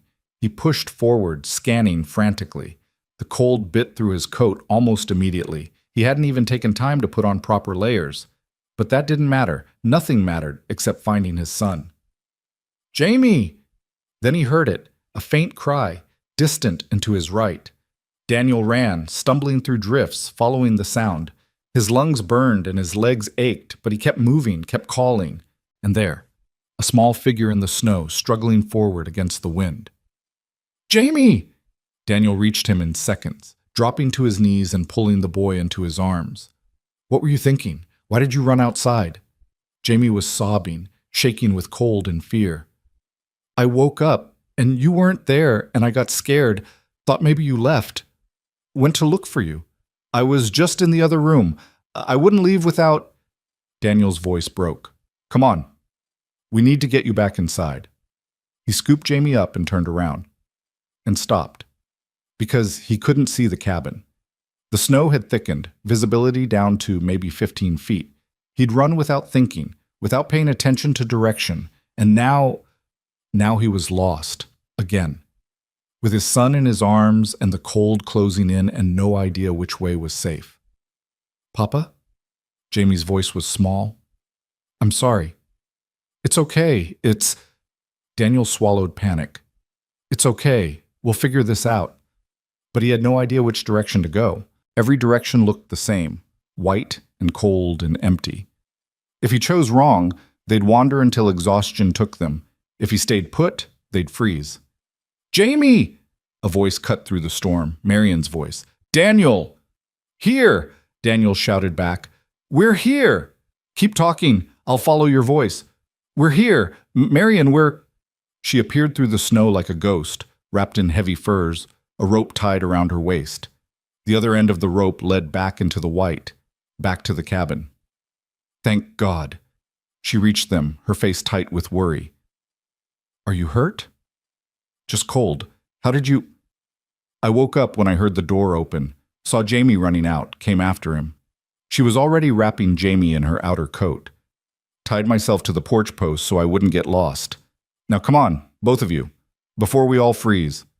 She led them back, following the rope through the storm. It felt like miles, but was probably only 100 yards. Then the cabin appeared, solid and real, with Liam and Thomas standing in the doorway looking terrified. They stumbled inside. Marion slammed the door shut and immediately started stripping Jamie's wet clothes off, her movements quick and practiced. Daniel helped, his own hands shaking from cold and adrenaline. Blankets, Marion ordered. Fire needs building up. Move. Liam and Thomas scrambled to help. Within minutes, Jamie was wrapped warm and sitting close to the fire, crying softly while Marion checked him over. No frostbite. He'll be okay. She looked at Daniel. You, on the other hand, are hypothermic again. Sit down. I'm fine. You're shaking and your lips are blue. Sit. Down. Daniel sat. Let Marion wrap blankets around him. Let her press hot tea into his hands. He couldn't stop shaking, not just from cold, but from the terror of almost losing Jamie, of being lost in the snow again, of the pattern repeating endlessly. I can't do this. But the words came out without permission. I can't keep almost losing them. I can't... But you didn't lose him. Marion's hands were on his shoulders, steady and sure. You found him. He's safe. Because you saved us. Again. Daniel looked at her through vision that blurred with exhaustion and unshed tears. I can't even keep my own son safe for one night without... Stop. Her voice was firm. You're not responsible for a scared 6-year-old having a nightmare and making a bad choice. You're not responsible for the storm or the cold or any of this. You're just a man doing his best, and your best has been enough. It is enough. Daniel wanted to believe her, wanted to accept that he wasn't failing, that the near misses didn't mean he was inadequate. But the fear was still there, cold and sharp. Jamie crawled into his lap, still crying. "I'm sorry, Papa. I'm sorry I scared you." "It's okay." Daniel held him close. "It's okay, buddy. You're safe now." "I don't want to leave." Jamie's voice was muffled against Daniel's chest. "I want to stay here with Miss Marion. Please, can we stay?" The plea hung in the air. Thomas and Liam were watching, and Daniel knew they felt the same way. His boys wanted to stay in this cabin with this woman who'd saved them and cared for them and given them something they'd been missing. And God help him, Daniel wanted to stay too. But wanting wasn't enough. The world didn't work that way. They had plans, obligations, a future waiting at Peter's ranch. They couldn't just abandon everything because his sons felt safe here, because Marion made good cornbread, because for the first time in 2 years, Daniel didn't feel quite so alone. Could they? He looked at Marion, found her watching him with an expression he couldn't quite read. Hope, maybe, or fear, or both. "We'll talk about it later," he said finally, "when everyone's calmed down and warm. For now, let's just be grateful we're all okay." It was another non-answer, another delay. But it was all he could manage with his son in his arms and his heart in his throat, and Marion looking at him like maybe, just maybe, he might make the right choice for once. Outside, the snow kept falling. Inside, they huddled by the fire and tried to stop shaking, and Daniel wondered if running away had ever really been an option at all. The rest of that morning passed in a fog of tension and unspoken words. Jamie fell asleep in Daniel's arms, exhausted by fear and cold in the aftermath of his panic. Thomas and Liam sat close by, unusually quiet, watching their father with expressions that were too old for their ages. They were waiting for something, a decision, an explanation, some sign of what came next. Daniel had nothing to give them. He felt hollowed out, scraped clean of everything except a bone-deep weariness that had nothing to do with the cold, and everything to do with the weight of being responsible for 3 lives when he could barely manage his own. Marion moved around the cabin with quiet efficiency, making breakfast none of them had appetite for, checking the fire, doing small tasks that didn't need doing just to fill the silence. She didn't push, didn't ask questions, didn't demand answers Daniel couldn't give. She just existed in the space with them, a steady presence that somehow made the fear a little more bearable. When Jamie finally stirred, blinking up at Daniel with confusion that slowly cleared into memory and then shame, Daniel smoothed his hair back and tried to find words that would help. "You okay?" he asked quietly. Jamie nodded, then shook his head, then started crying again, silent tears that broke Daniel's heart worse than the screaming had. Hey, talk to me, buddy. What's wrong?" "I ruined everything." Jamie's voice was barely a whisper. "You were going to decide if we could stay, and I ran away and scared everyone, and now you're going to make us leave because I'm bad." "You're not bad. You had a nightmare and got scared. That doesn't make you bad." "But I should have stayed inside. Should have just waited for you to come back. Now Miss Marion probably doesn't want us here anymore because I caused trouble." Marion was beside them before Daniel could respond, kneeling down so she was eye level with Jamie. "You listen to me, James Harlow. I have never, not for one single second, thought you were trouble. You got scared and made a choice that wasn't safe, but that doesn't mean I don't want you here. You understand?" Jamie looked at her with desperate hope. "Really?"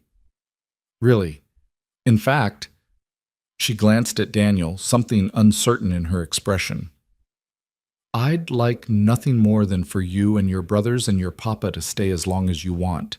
Days, weeks, however long you need." "Forever?" Jamie asked. Marion's breath caught. "That's up to your papa." 3 sets of eyes turned to Daniel, his sons and Marion's, waiting for an answer he didn't have. Because forever was a long time, and this was supposed to be temporary. And he had plans that didn't include falling for a woman who lived alone in the wilderness because her own grief had driven her there. Except the plans felt hollow now, empty, like something he'd held on to not because it was right, but because it was easier than facing the truth. The truth that his boys were happy here in a way they hadn't been in 2 years.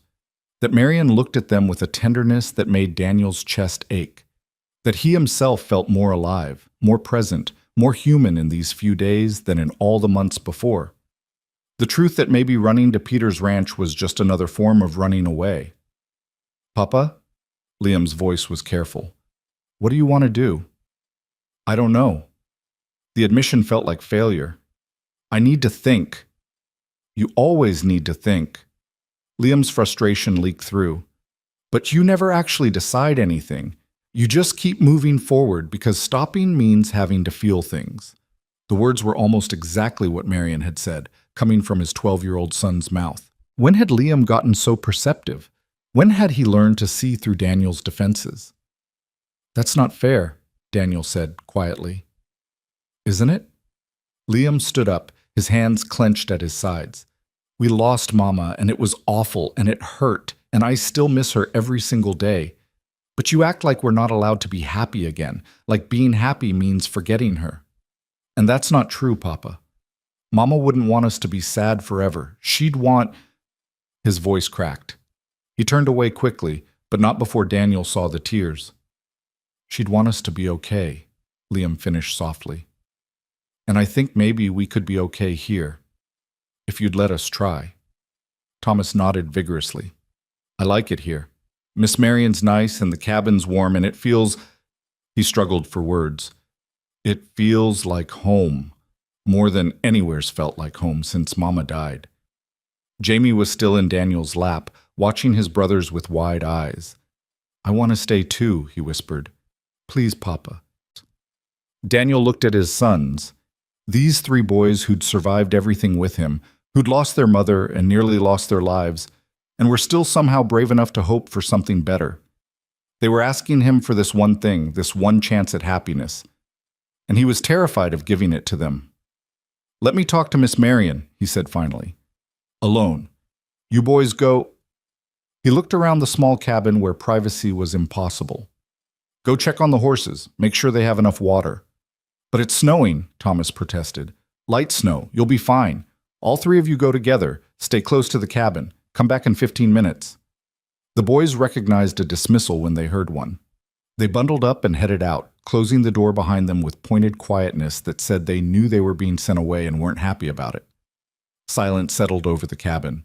Marion stood by the fire, her back to Daniel, shoulders tight with tension. I'm sorry, she said before he could speak. I shouldn't have said that in front of them.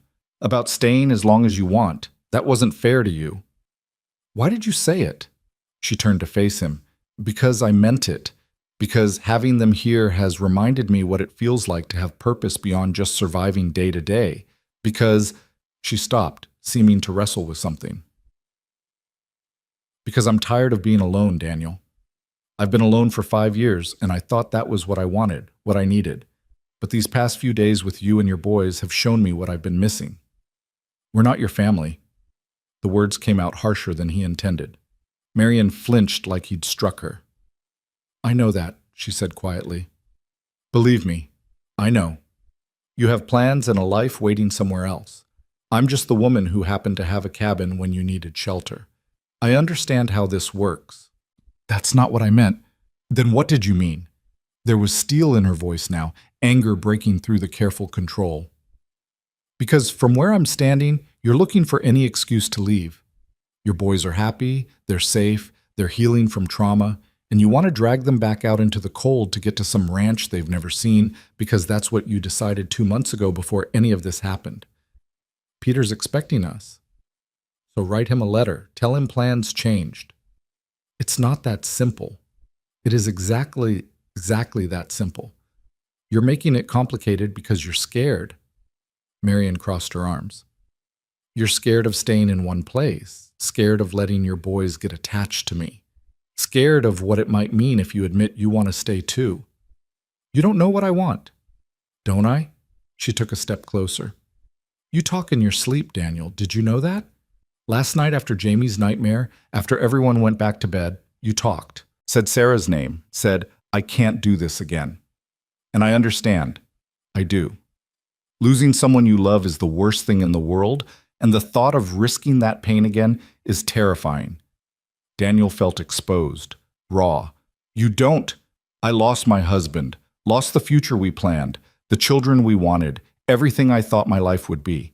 And I ran, just like you're running.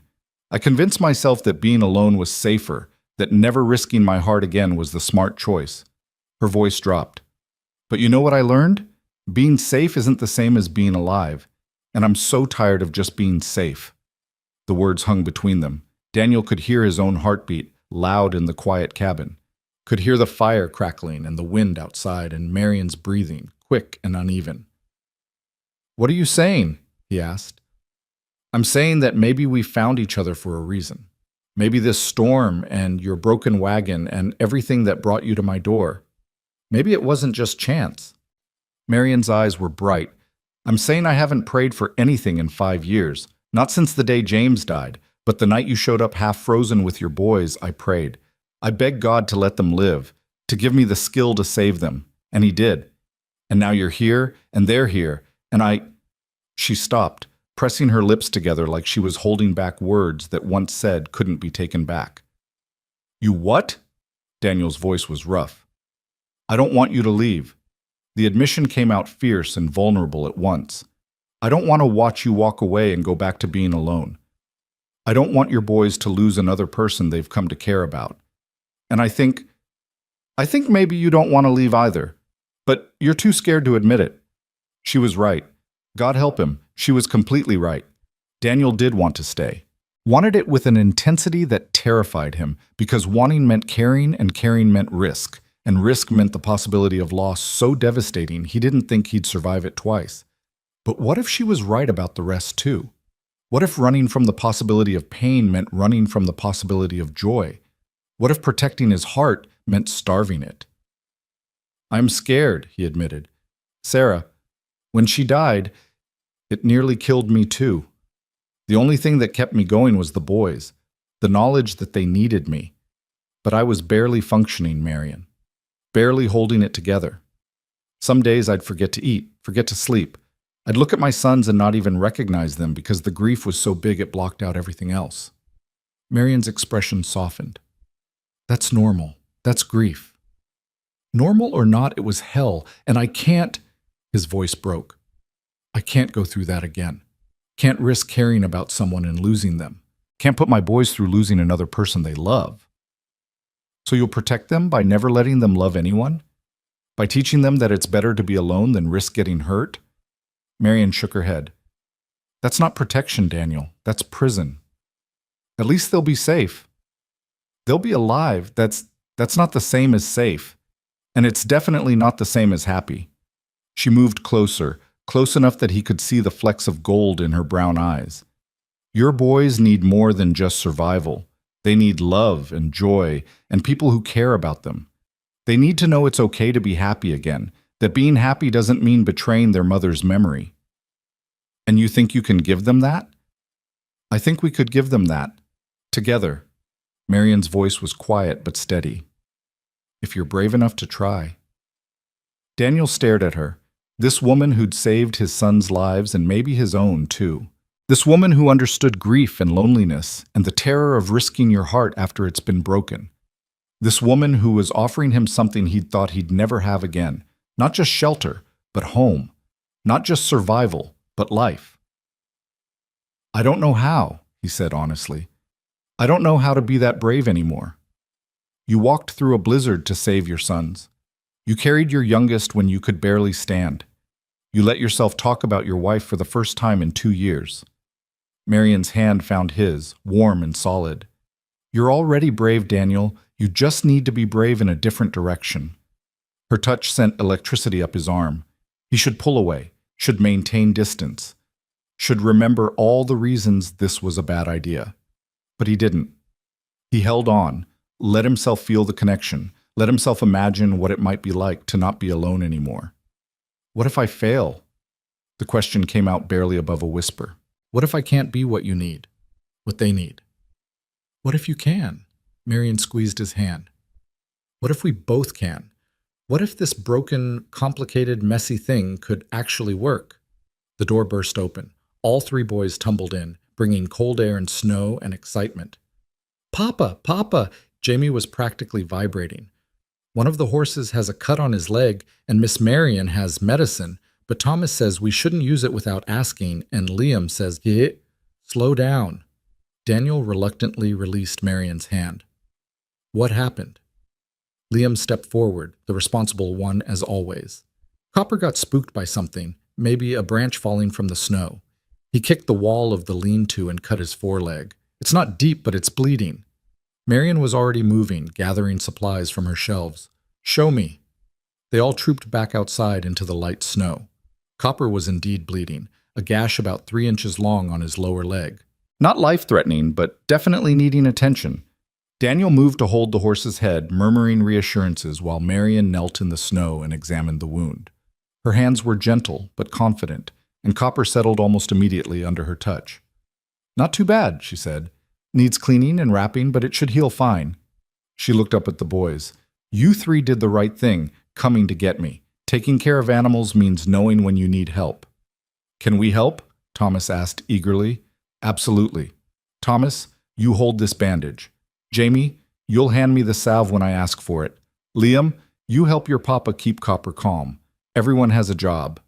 She worked efficiently, narrating what she was doing so the boys could learn. They hung on her every word, fascinated. Daniel watched her teach his sons with patience and respect, treating them like capable people instead of children to be dismissed. This was what they'd been missing. Not just a mother figure, though God knew they needed that, but someone who saw them, really saw them, and helped them grow. When the wound was dressed and Copper was comfortable, they headed back inside. The boys were chattering about horses and medicine and whether they could learn more about healing, and Marion was promising to teach them about the herbs she grew in summer. Summer. She was talking about summer like they'd be here to see it, like this wasn't temporary. Daniel's chest felt tight. He needed air, needed space to think. I'm going to check the firewood supply, he said abruptly. Outside, he stood in the falling snow and tried to breathe. Everything was moving too fast. A week ago, he'd had a plan. Get to Peter's, start over, keep his head down and his boys safe. Simple. Clear. Now nothing was simple. Now there was Marion with her kind eyes and capable hands. Now there were his sons looking happier than they'd been in years. Now there was the possibility of something he'd never expected to find again, and it scared him more than the blizzard had. Papa? Liam's voice came from behind him. Can I talk to you? Daniel turned to find his oldest son standing in the doorway, looking uncertain. Of course. Come here. Liam stepped out, closing the door behind him. For a moment they stood together in silence, watching the snow fall. You're going to make us leave, aren't you? Liam said finally. I don't know yet. But you want to. Daniel couldn't lie to him. Part of me does, yes. The scared part. Yes. Liam nodded like he understood. I'm scared too. Of caring about Miss Marion and then losing her like we lost Mama. Of being happy here and then having to leave. His voice wavered. Of hoping for things. Then you understand why I'm hesitant. I understand why you're scared. But Papa, Liam looked at him with eyes that held too much wisdom. We already lost Mama. Nothing can hurt worse than that. And we survived it. We're still here. So maybe it's okay to risk being hurt again if it means we get to be happy first. Out of the mouths of children, Daniel felt something crack in his chest, some wall he'd built to keep the pain contained. When did you get so smart? He asked roughly. Mama always said I got it from you. Liam's smile was slight but real. She said you were the bravest man she knew, that you weren't afraid of hard things even when they scared you. She said that? All the time. She said, Liam's voice dropped. She said that being brave didn't mean not being scared. It meant doing the right thing even when you were terrified. And I think staying here is the right thing, Papa. I think Miss Marion needs us as much as we need her. I think we could be happy. Daniel pulled his son close, holding him tight. You're a good kid, Liam. The best. Your mama would be so proud of you. She'd be proud of you too, if you stay. The implication hung in the cold air. If Daniel left, if he chose safety over risk, if he ran again, Sarah wouldn't be proud. She'd be disappointed that he'd chosen fear over love, that he'd let their son's chance at happiness slip away because he was too broken to try. But if he stayed, if he took this leap, There was no guarantee it would work. Marion was still healing from her own losses. He was a mess of grief and fear. His boys were traumatized. They were all broken in different ways. But maybe broken things could fit together. Maybe their jagged edges could align in ways that made something stronger than any of them were alone. "Let's go back inside," Daniel said. "It's cold out here." They returned to find Marion making lunch while Thomas and Jamie set the table. It was such a domestic scene, so normal and right, that Daniel had to stop and just look at it. His sons moving around this kitchen like they belonged here. Marion humming softly as she worked. Everyone comfortable, everyone content, everyone home. Marion looked up and caught his eye. Something passed between them. A question, an invitation, a hope. Daniel found himself nodding, just slightly, and watched relief bloom across her face. Lunch was simple but good, soup and bread and easy conversation. The boys told Marion about their uncle's ranch, about the cousins they'd never met, about the plans that had been made. Daniel heard the past tense creeping into their words, plans that had been, not plans that were, and knew they'd already made their choice. Now he just needed to be brave enough to make his. After lunch, Marion suggested the boys rest. They'd had a traumatic morning and could use the sleep. For once, they didn't argue. Thomas and Jamie curled up by the fire, and Liam took himself off to the small bedroom, leaving Daniel and Marion alone again. "We need to talk," Daniel said. "I know." Marion wiped her hands on her apron. "Daniel, about earlier, I shouldn't have pushed so hard. Your choices are your own, and I had no right." "You had every right," he interrupted her. "You opened your home to us. You saved my sons. You've shown us more kindness than we've known in years. That gives you the right to speak your mind. Still, let me finish." He took a breath, steadying himself. "You were right about all of it. I am running. I have been running since Sarah died, and I'm tired, Marion. I'm so damn tired of running." Marion went very still. "What are you saying?" "I'm saying," the words stuck in his throat. He forced them out. "I'm saying I want to stay.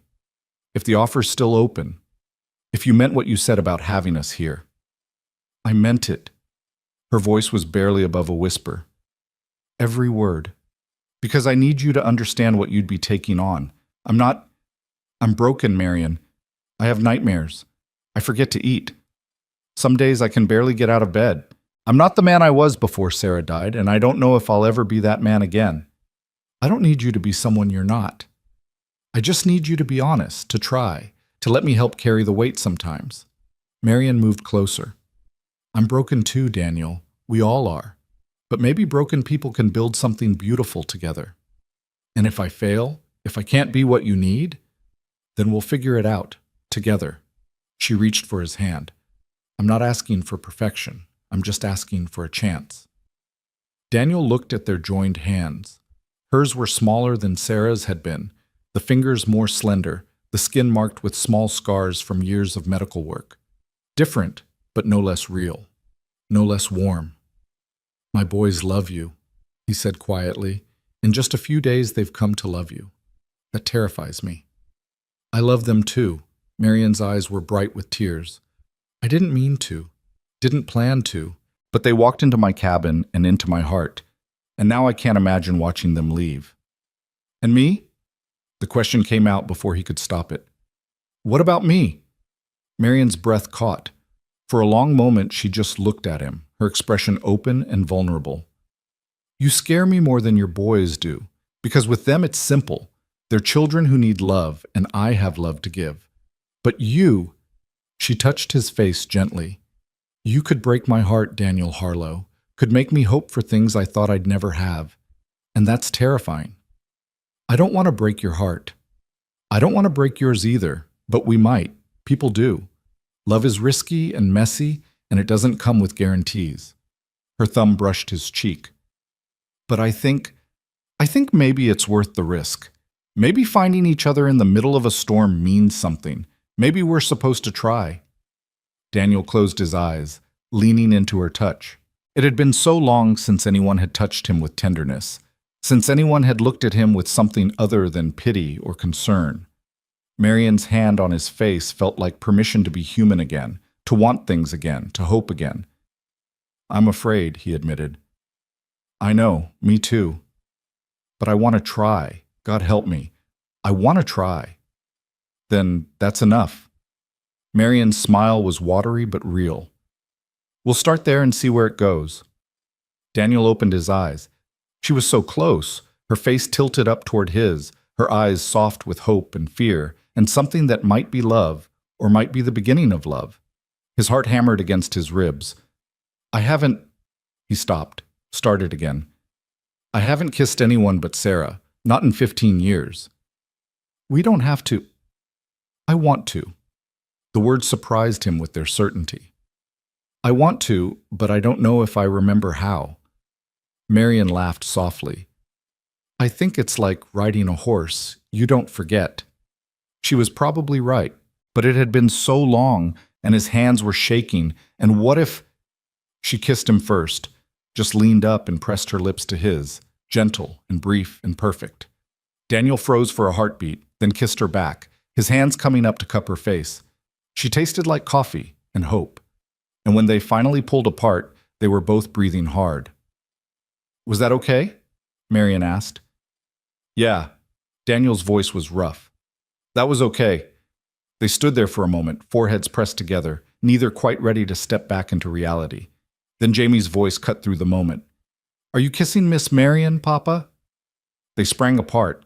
All three boys were awake and staring at them, Thomas with wide eyes, Liam with a knowing smile, and Jamie with delighted confusion.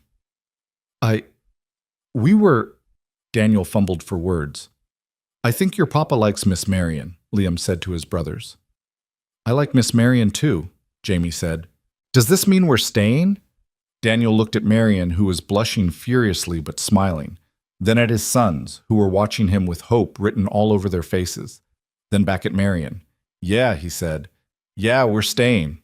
The boys erupted in cheers. Jamie launched himself at Marian, who caught him with a laugh. Thomas hugged Daniel's waist, and Liam just stood there grinning like he'd known all along how this would end. Really? Thomas asked. We're really staying, not going to Uncle Peter's? Really? I'll write him, explain what happened, but yeah, we're staying here, if Miss Marian will have us. I'll have you. Marian's voice was thick with emotion. All of you, for as long as you want. Forever, Jamie said firmly. We're staying forever. And looking at his son's joy, at Marian's tears, at the home they'd stumbled into by accident and grace, Daniel thought maybe forever didn't sound so impossible after all. The decision to stay should have made everything easier, but the days that followed were harder than Daniel expected. Not because he regretted the choice. Every time he saw his sons laugh or watched Marian ruffle Jamie's hair, he knew staying was right. But knowing something and living it were different things, and the reality of building a new life from broken pieces turned out to be complicated work. The first challenge came 3 days after they'd decided to stay, when Daniel sat down to write the letter to his brother Peter. He'd rewritten it 4 times already, each version sounding more like excuses than explanations. How did you tell your only family that you'd changed course completely? That the plans you'd made together were abandoned for a woman you'd known less than a week? You've been staring at that paper for an hour, Marian observed from where she was mending one of Thomas's shirts. The boys were outside building a snow fort, their laughter drifting through the cabin walls. Don't know what to say. The truth usually works. The truth sounds insane. Dear Peter got caught in a blizzard, almost died, fell for the woman who saved us, decided to stay with her instead of coming to your ranch. Hope you understand. Daniel dropped the pen. He's going to think I've lost my mind. Have you? Daniel looked at her, really looked at her. She'd pulled her hair back loosely, and a few strands had escaped to frame her face. There was a smudge of something on her cheek, probably from breakfast, and she was wearing that patched dress she seemed to favor for everyday work. She looked real and solid and nothing like the fantasy he'd built of what his life should be. Maybe, he admitted, but if this is madness, it's the first thing that's made sense in 2 years. Marian's smile was soft. Then write that. Tell your brother you found something unexpected. Tell him you'll visit in the spring. Bring the boys to meet their cousins. But tell him you're staying here because this is where you need to be. Daniel picked up the pen again. This time, the words came easier. He wrote about the storm, about finding Marion's cabin, about watching his sons come back to life in ways he hadn't seen since Sarah died. He wrote about being tired of running, about wanting to build something instead of just surviving. He didn't mention the kiss or the growing feelings he couldn't quite name yet, but he suspected Peter would read between the lines anyway. When he finished, he felt lighter, like putting the words on paper made the decision more real, more permanent. There was no going back now. Done? Marion asked. Done. Good, because I need to talk to you about something and you're not going to like it. Daniel's stomach dropped. What's wrong? Nothing's wrong, but we need to be practical. She set down her mending. This cabin is small. It was built for one a person, maybe two. With 4 of you here, we're running out of space. We can make it work. For now, yes, but spring's coming eventually, and when it does, we'll need more room. The boys need their own space as they get older. We need storage for supplies. And if we're really doing this, building a life together, we need to think long term. She was right, of course. The cabin was cozy for short-term shelter but cramped for permanent living. Daniel had been so focused on the immediate decision to stay that he hadn't thought past the next few weeks. What are you suggesting? We build an addition, maybe 2 rooms, one for the boys, one for storage. And we expand the lean-to into a proper barn for the horses. Marion's voice was practical, but her eyes held uncertainty. It would take work and materials and time. But if you're staying, if we're doing this, we should do it right. Daniel heard what she wasn't saying. Building an addition meant commitment, meant putting down real roots. It meant this wasn't just temporary shelter, but home. And it meant trusting that they could make this work, that the fragile thing growing between them was strong enough to build on. Okay, he said. We'll build an addition. Marion's shoulders relaxed. Okay. But I don't have much money. What I had went into supplies for the trip, and most of those are buried in snow somewhere near the broken wagon. I have some savings from before, and we can salvage what we can from your wagon once the snow melts. She stood and moved to a trunk in the corner, pulling out a small wooden box. James left me well provided for. I've been living simply, so most of it's still there. It's enough to buy lumber and supplies. Daniel felt uncomfortable accepting her money, but pride was a luxury he couldn't afford anymore. I'll pay you back. Once we're settled, I can find work. We'll figure it out together. Marion cut him off gently. That's what this is, Daniel. Together. Not you carrying everything alone. Together. The word still felt foreign in his mouth, but he was learning to say it, learning to let someone else share the weight. The boys burst through the door in a flurry of snow and excitement, arguing about whose turn it was to build the fort's tower. Their cheeks were red with cold and exertion, their eyes bright with the simple joy of being children. Daniel watched them and felt something in his chest expand, not quite healing, but maybe the beginning of it. That night, after the boys were asleep, Daniel and Marion sat by the fire planning the addition. She sketched rough designs on scraps of paper while he calculated measurements and materials. It was intimate in a way that had nothing to do with romance, just 2 people building a future together, one careful decision at a time. Here, Marion marked an area on her sketch. A window for the boys' room, facing east, so they wake up with the sunrise. Sarah used to say that, Daniel said quietly. That morning light was the best light, that it made everything feel possible. Marion's hand stilled on the paper. Tell me about her. Really tell me. Not just that she died, but who she was. Daniel had avoided this conversation, afraid that talking about Sarah would feel like betrayal, like he was replacing her with Marion. But looking at Marion's open, honest face, he realized that wasn't what she was asking. She wasn't trying to replace Sarah or compete with a ghost. She just wanted to understand the woman who'd shaped the man she was coming to care for. So he told her about how Sarah had laughed at her own terrible jokes and sung off key while doing laundry, about how she'd wanted chickens but was terrified of them, so they'd never gotten any despite her constant talk about fresh eggs, about how she'd read to the boys every night without fail, doing different voices for all the characters until they were all laughing too hard to continue. She sounds wonderful, Marion said when he finished. She was, and I loved her more than I thought it was possible to love anyone. Daniel took a breath. But she's gone, and I'm still here. And these feelings I'm starting to have for you, they don't erase what I had with her. They're just different, new. I know. Marion's eyes were bright with unshed tears. James was everything to me. My best friend, my partner, my future. Loving him didn't use up all my love, though. It taught me how to love. And now I'm learning to do it again, differently, with you. They sat in silence for a while, both thinking about the people they'd lost and the people they were becoming. Outside, the wind whispered through the trees, gentler now than it had been during the storm. Spring was still months away, but Daniel could feel it waiting, the promise of thaw, of growth, of things beginning again. The weeks that followed fell into a rhythm. Daniel and Liam made trips to the nearest town, a full day's journey on horseback, to buy lumber and supplies. Marion taught Thomas and Jamie about herbs and medicine, showing them which plants healed and which ones harmed. The boys helped with chores, gathering firewood and tending the horses and learning to cook simple meals. And slowly, carefully, Daniel and Marion learned each other. The way she took her coffee. The way he couldn't sleep if it was too quiet. Her habit of humming while she worked. His tendency to wake before dawn and watch the sunrise alone. They learned to move around each other in the small space, to read moods and respect boundaries, to ask for help instead of suffering in silence. It wasn't always easy. Daniel still had nightmares that left him gasping and disoriented. Marion still had days where grief ambushed her, and she needed to be alone. They had their first real argument about whether to let the boys ride the horses unsupervised. Marion said yes with proper instruction. Daniel said absolutely not. They eventually compromised on supervised rides only until spring. It was messy and imperfect, and nothing like the life Daniel had imagined. But it was real, and real turned out to be better than perfect.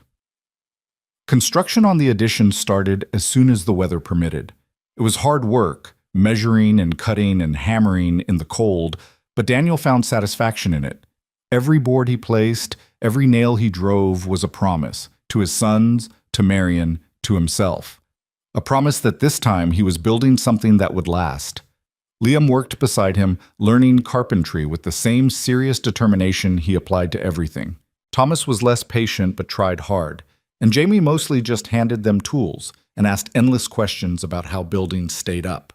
Marion kept them fed and warm, appearing with hot coffee and encouragement whenever the work got frustrating. One afternoon in late February, Daniel looked up from his work to find all three boys and Marion standing together, watching him.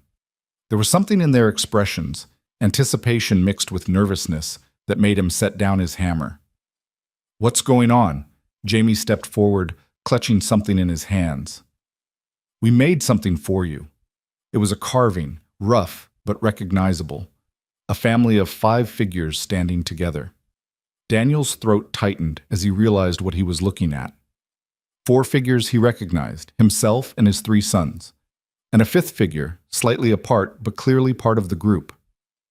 Marion. "Liam did most of the carving," Jamie said quickly, "but we all worked on it. Thomas sanded it and I painted the faces and Miss Marion helped with the hard parts." Daniel took the carving with hands that shook slightly. It was made of pine, probably from scraps of the lumber they'd bought. The details were simple but full of love, each figure distinct, recognizable. A family. "We wanted you to have it," Liam said, because we're a family now, right? Not just you and us anymore, all of us together." Daniel looked at Marion, who was watching him with her heart in her eyes. Looked at his sons, who'd somehow found the courage to hope for this, to name what they were becoming. "Yeah," he said, his voice rough with emotion. "We're a family." Jamie threw his arms around Daniel's waist. Thomas joined in, then Liam, and suddenly Daniel was surrounded by his boys, holding a carving that represented everything he'd thought he'd lost and somehow found again. Over their heads, he met Marion's gaze and saw tears streaming down her cheeks. "Come here," he said to her. She hesitated for just a moment, then stepped into the embrace. The 5 of them stood there in the cold Montana afternoon, holding each other while the wind sang through the pines and the sun painted the snow gold. When they finally pulled apart, Jamie was grinning. "Does this mean Miss Marion's our mama now?" The question hung in the air. Daniel felt Marion stiffen slightly beside him, and he understood her uncertainty. She'd never had children, never been a mother. Taking on that role was a huge responsibility, and they'd only known each other for weeks. But Thomas was looking at her with hope in his eyes, and Liam was watching carefully to see how she'd respond, and Jamie was just waiting with his usual 6-year-old certainty that of course she'd say yes. Marion's voice caught. I would be honored to be your mama, if that's what you want, if it's what your papa wants. 3 pairs of eyes turned to Daniel. I think, he said slowly, that your first mama will always be your mama. Nobody can replace her or take her place in your hearts. But I also think, he pulled Marion close to his side, I also think that hearts are bigger than we realize, that there's room for Sarah's memory and for Marion too. And if you boys want to call her mama, if that feels right to you, then that's okay with me.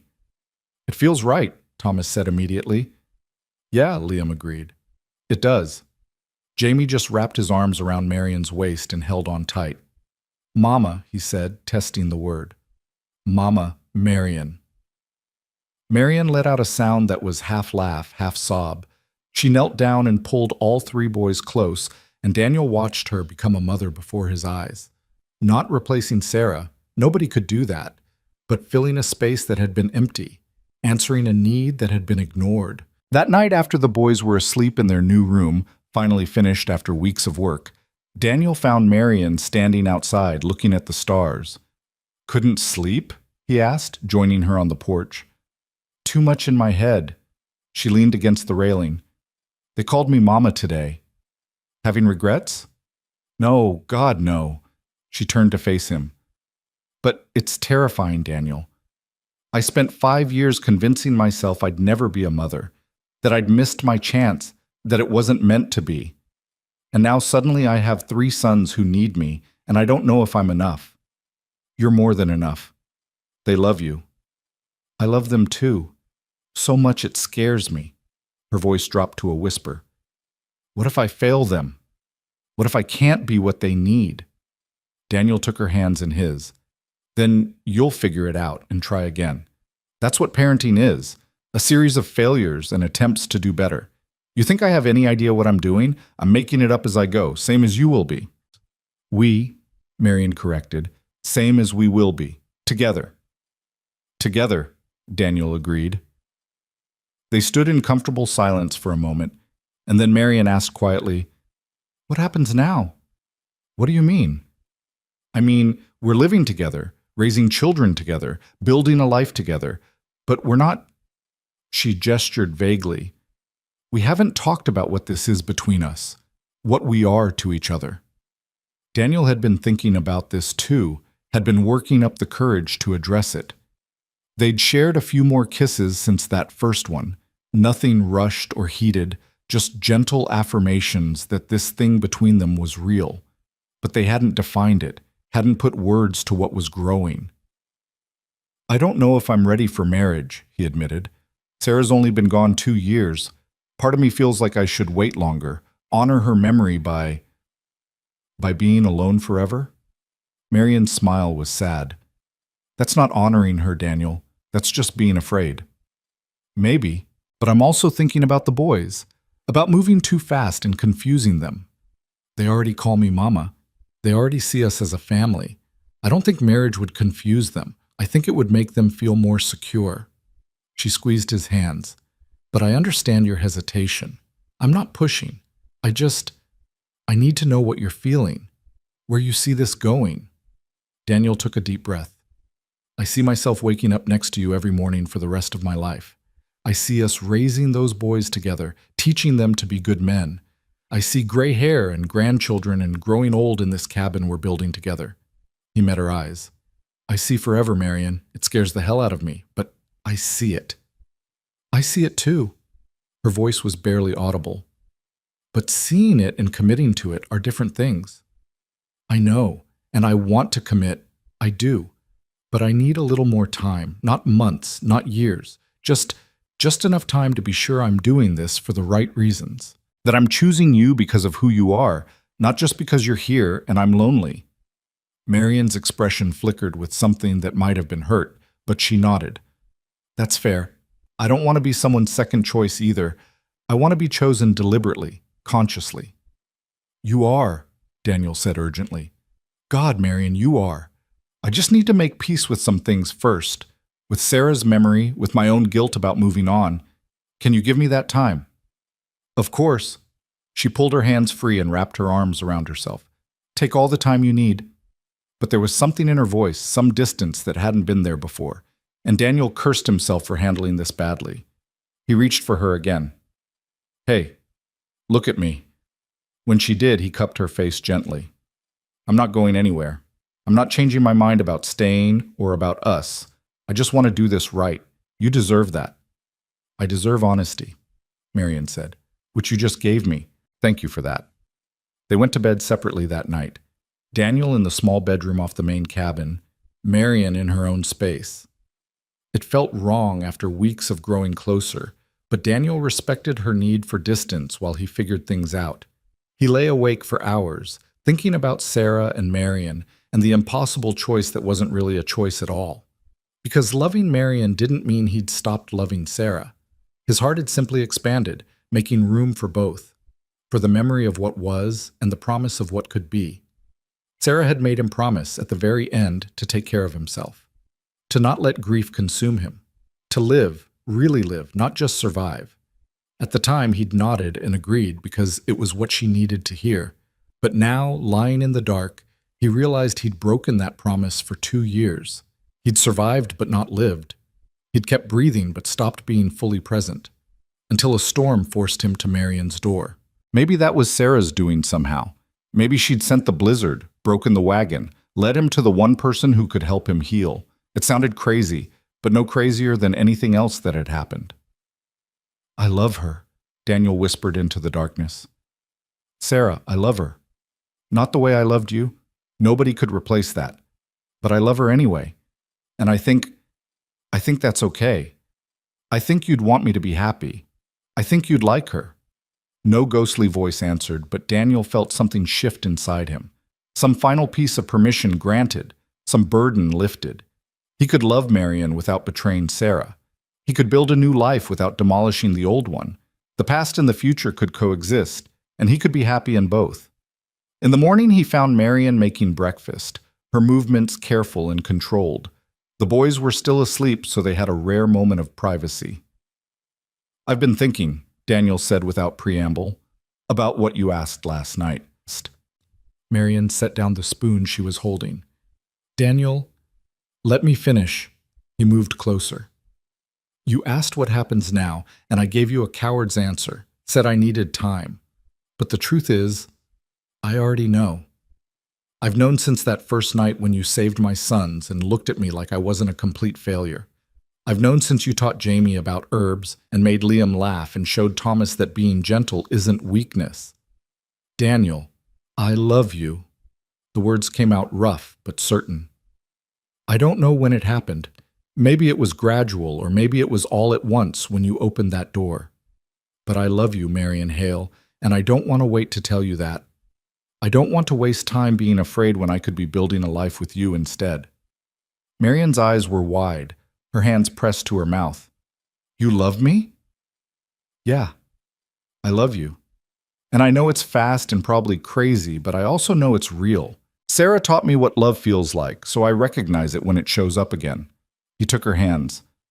I'm still scared, still processing, still figuring out how to be a whole person again, but I want to do all of that with you. As your partner, your husband? The word came out hopeful and terrified at once. Daniel took a deep breath. This was it.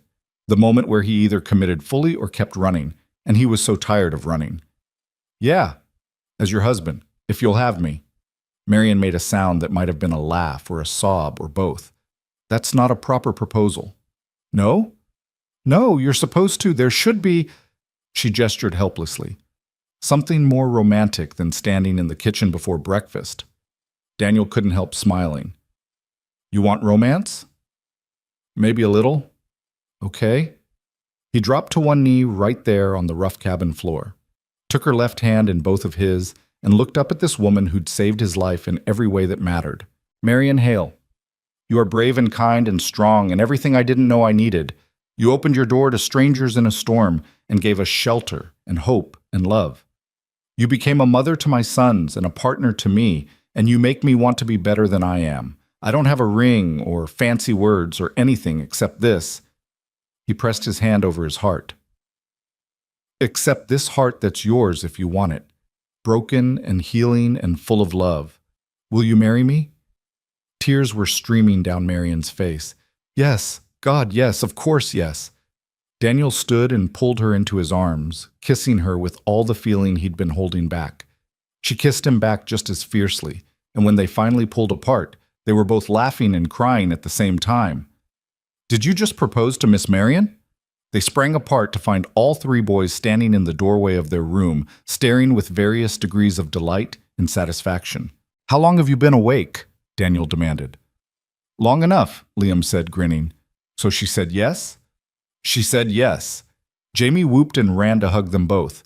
Thomas was right behind him, and Liam joined more sedately, but with a smile that split his face.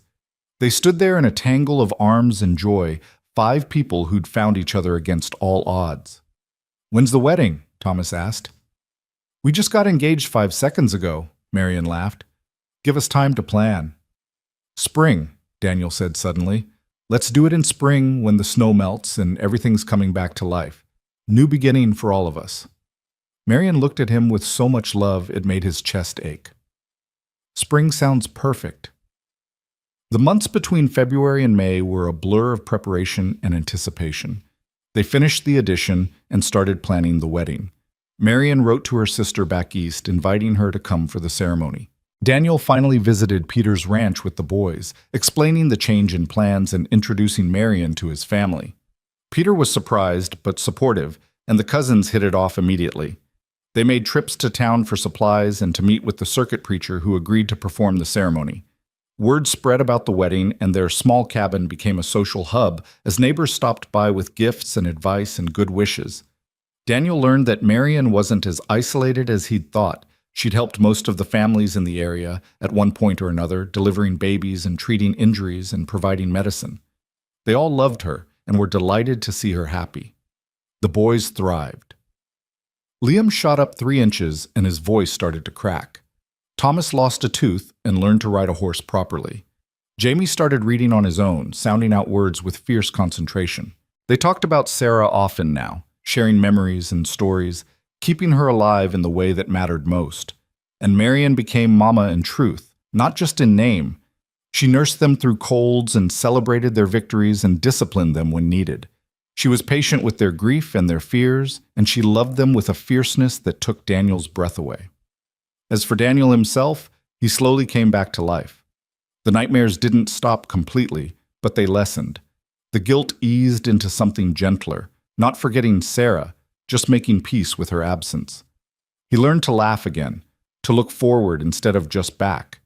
He learned that healing wasn't betrayal, and that love didn't have a limited supply.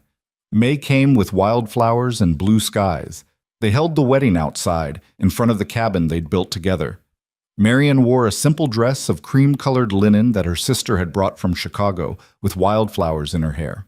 Daniel wore his best suit, brushed clean and pressed for the occasion. The boys stood as witnesses, scrubbed and nervous and proud. The ceremony was short and sweet. The preacher spoke about love and second chances and the grace of God that brings people together in unexpected ways. When it came time for vows, Daniel and Marion spoke from the heart rather than reciting traditional words.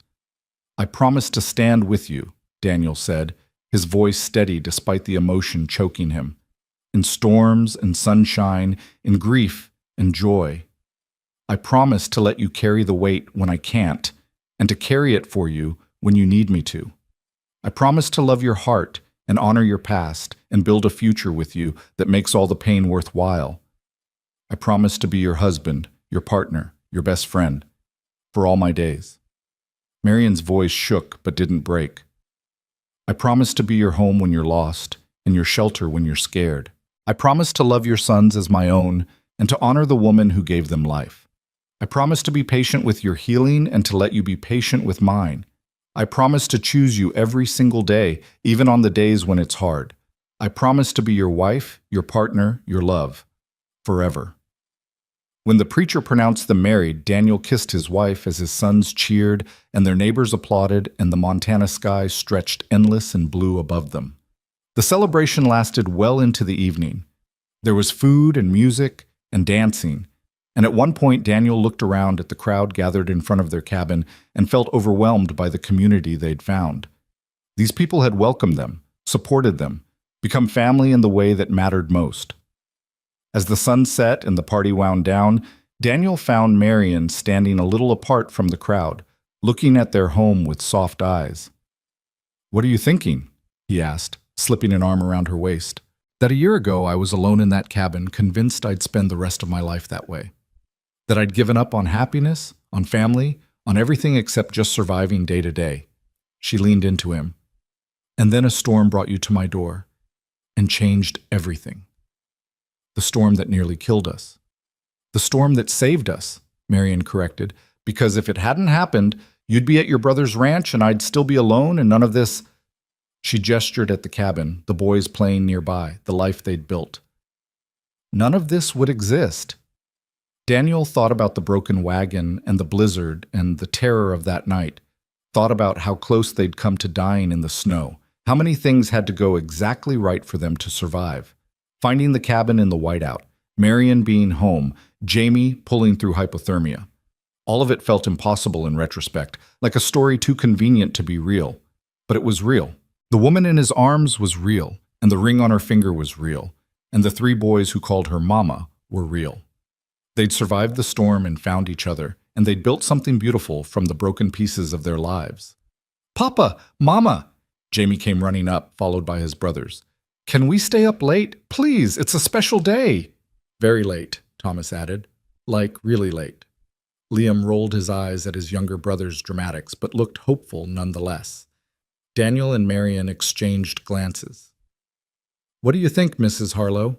Daniel asked, loving the way the name sounded. Marion's smile was radiant. "I think it's a special day, and special days deserve special privileges. But not too late. Tomorrow's still a work day." The boys cheered and ran back to join the party. Daniel pulled Marion closer, and they stood together watching their sons, their home, their life. "I love you," Daniel said quietly, "in case I haven't mentioned it today." You've mentioned it about 50 times.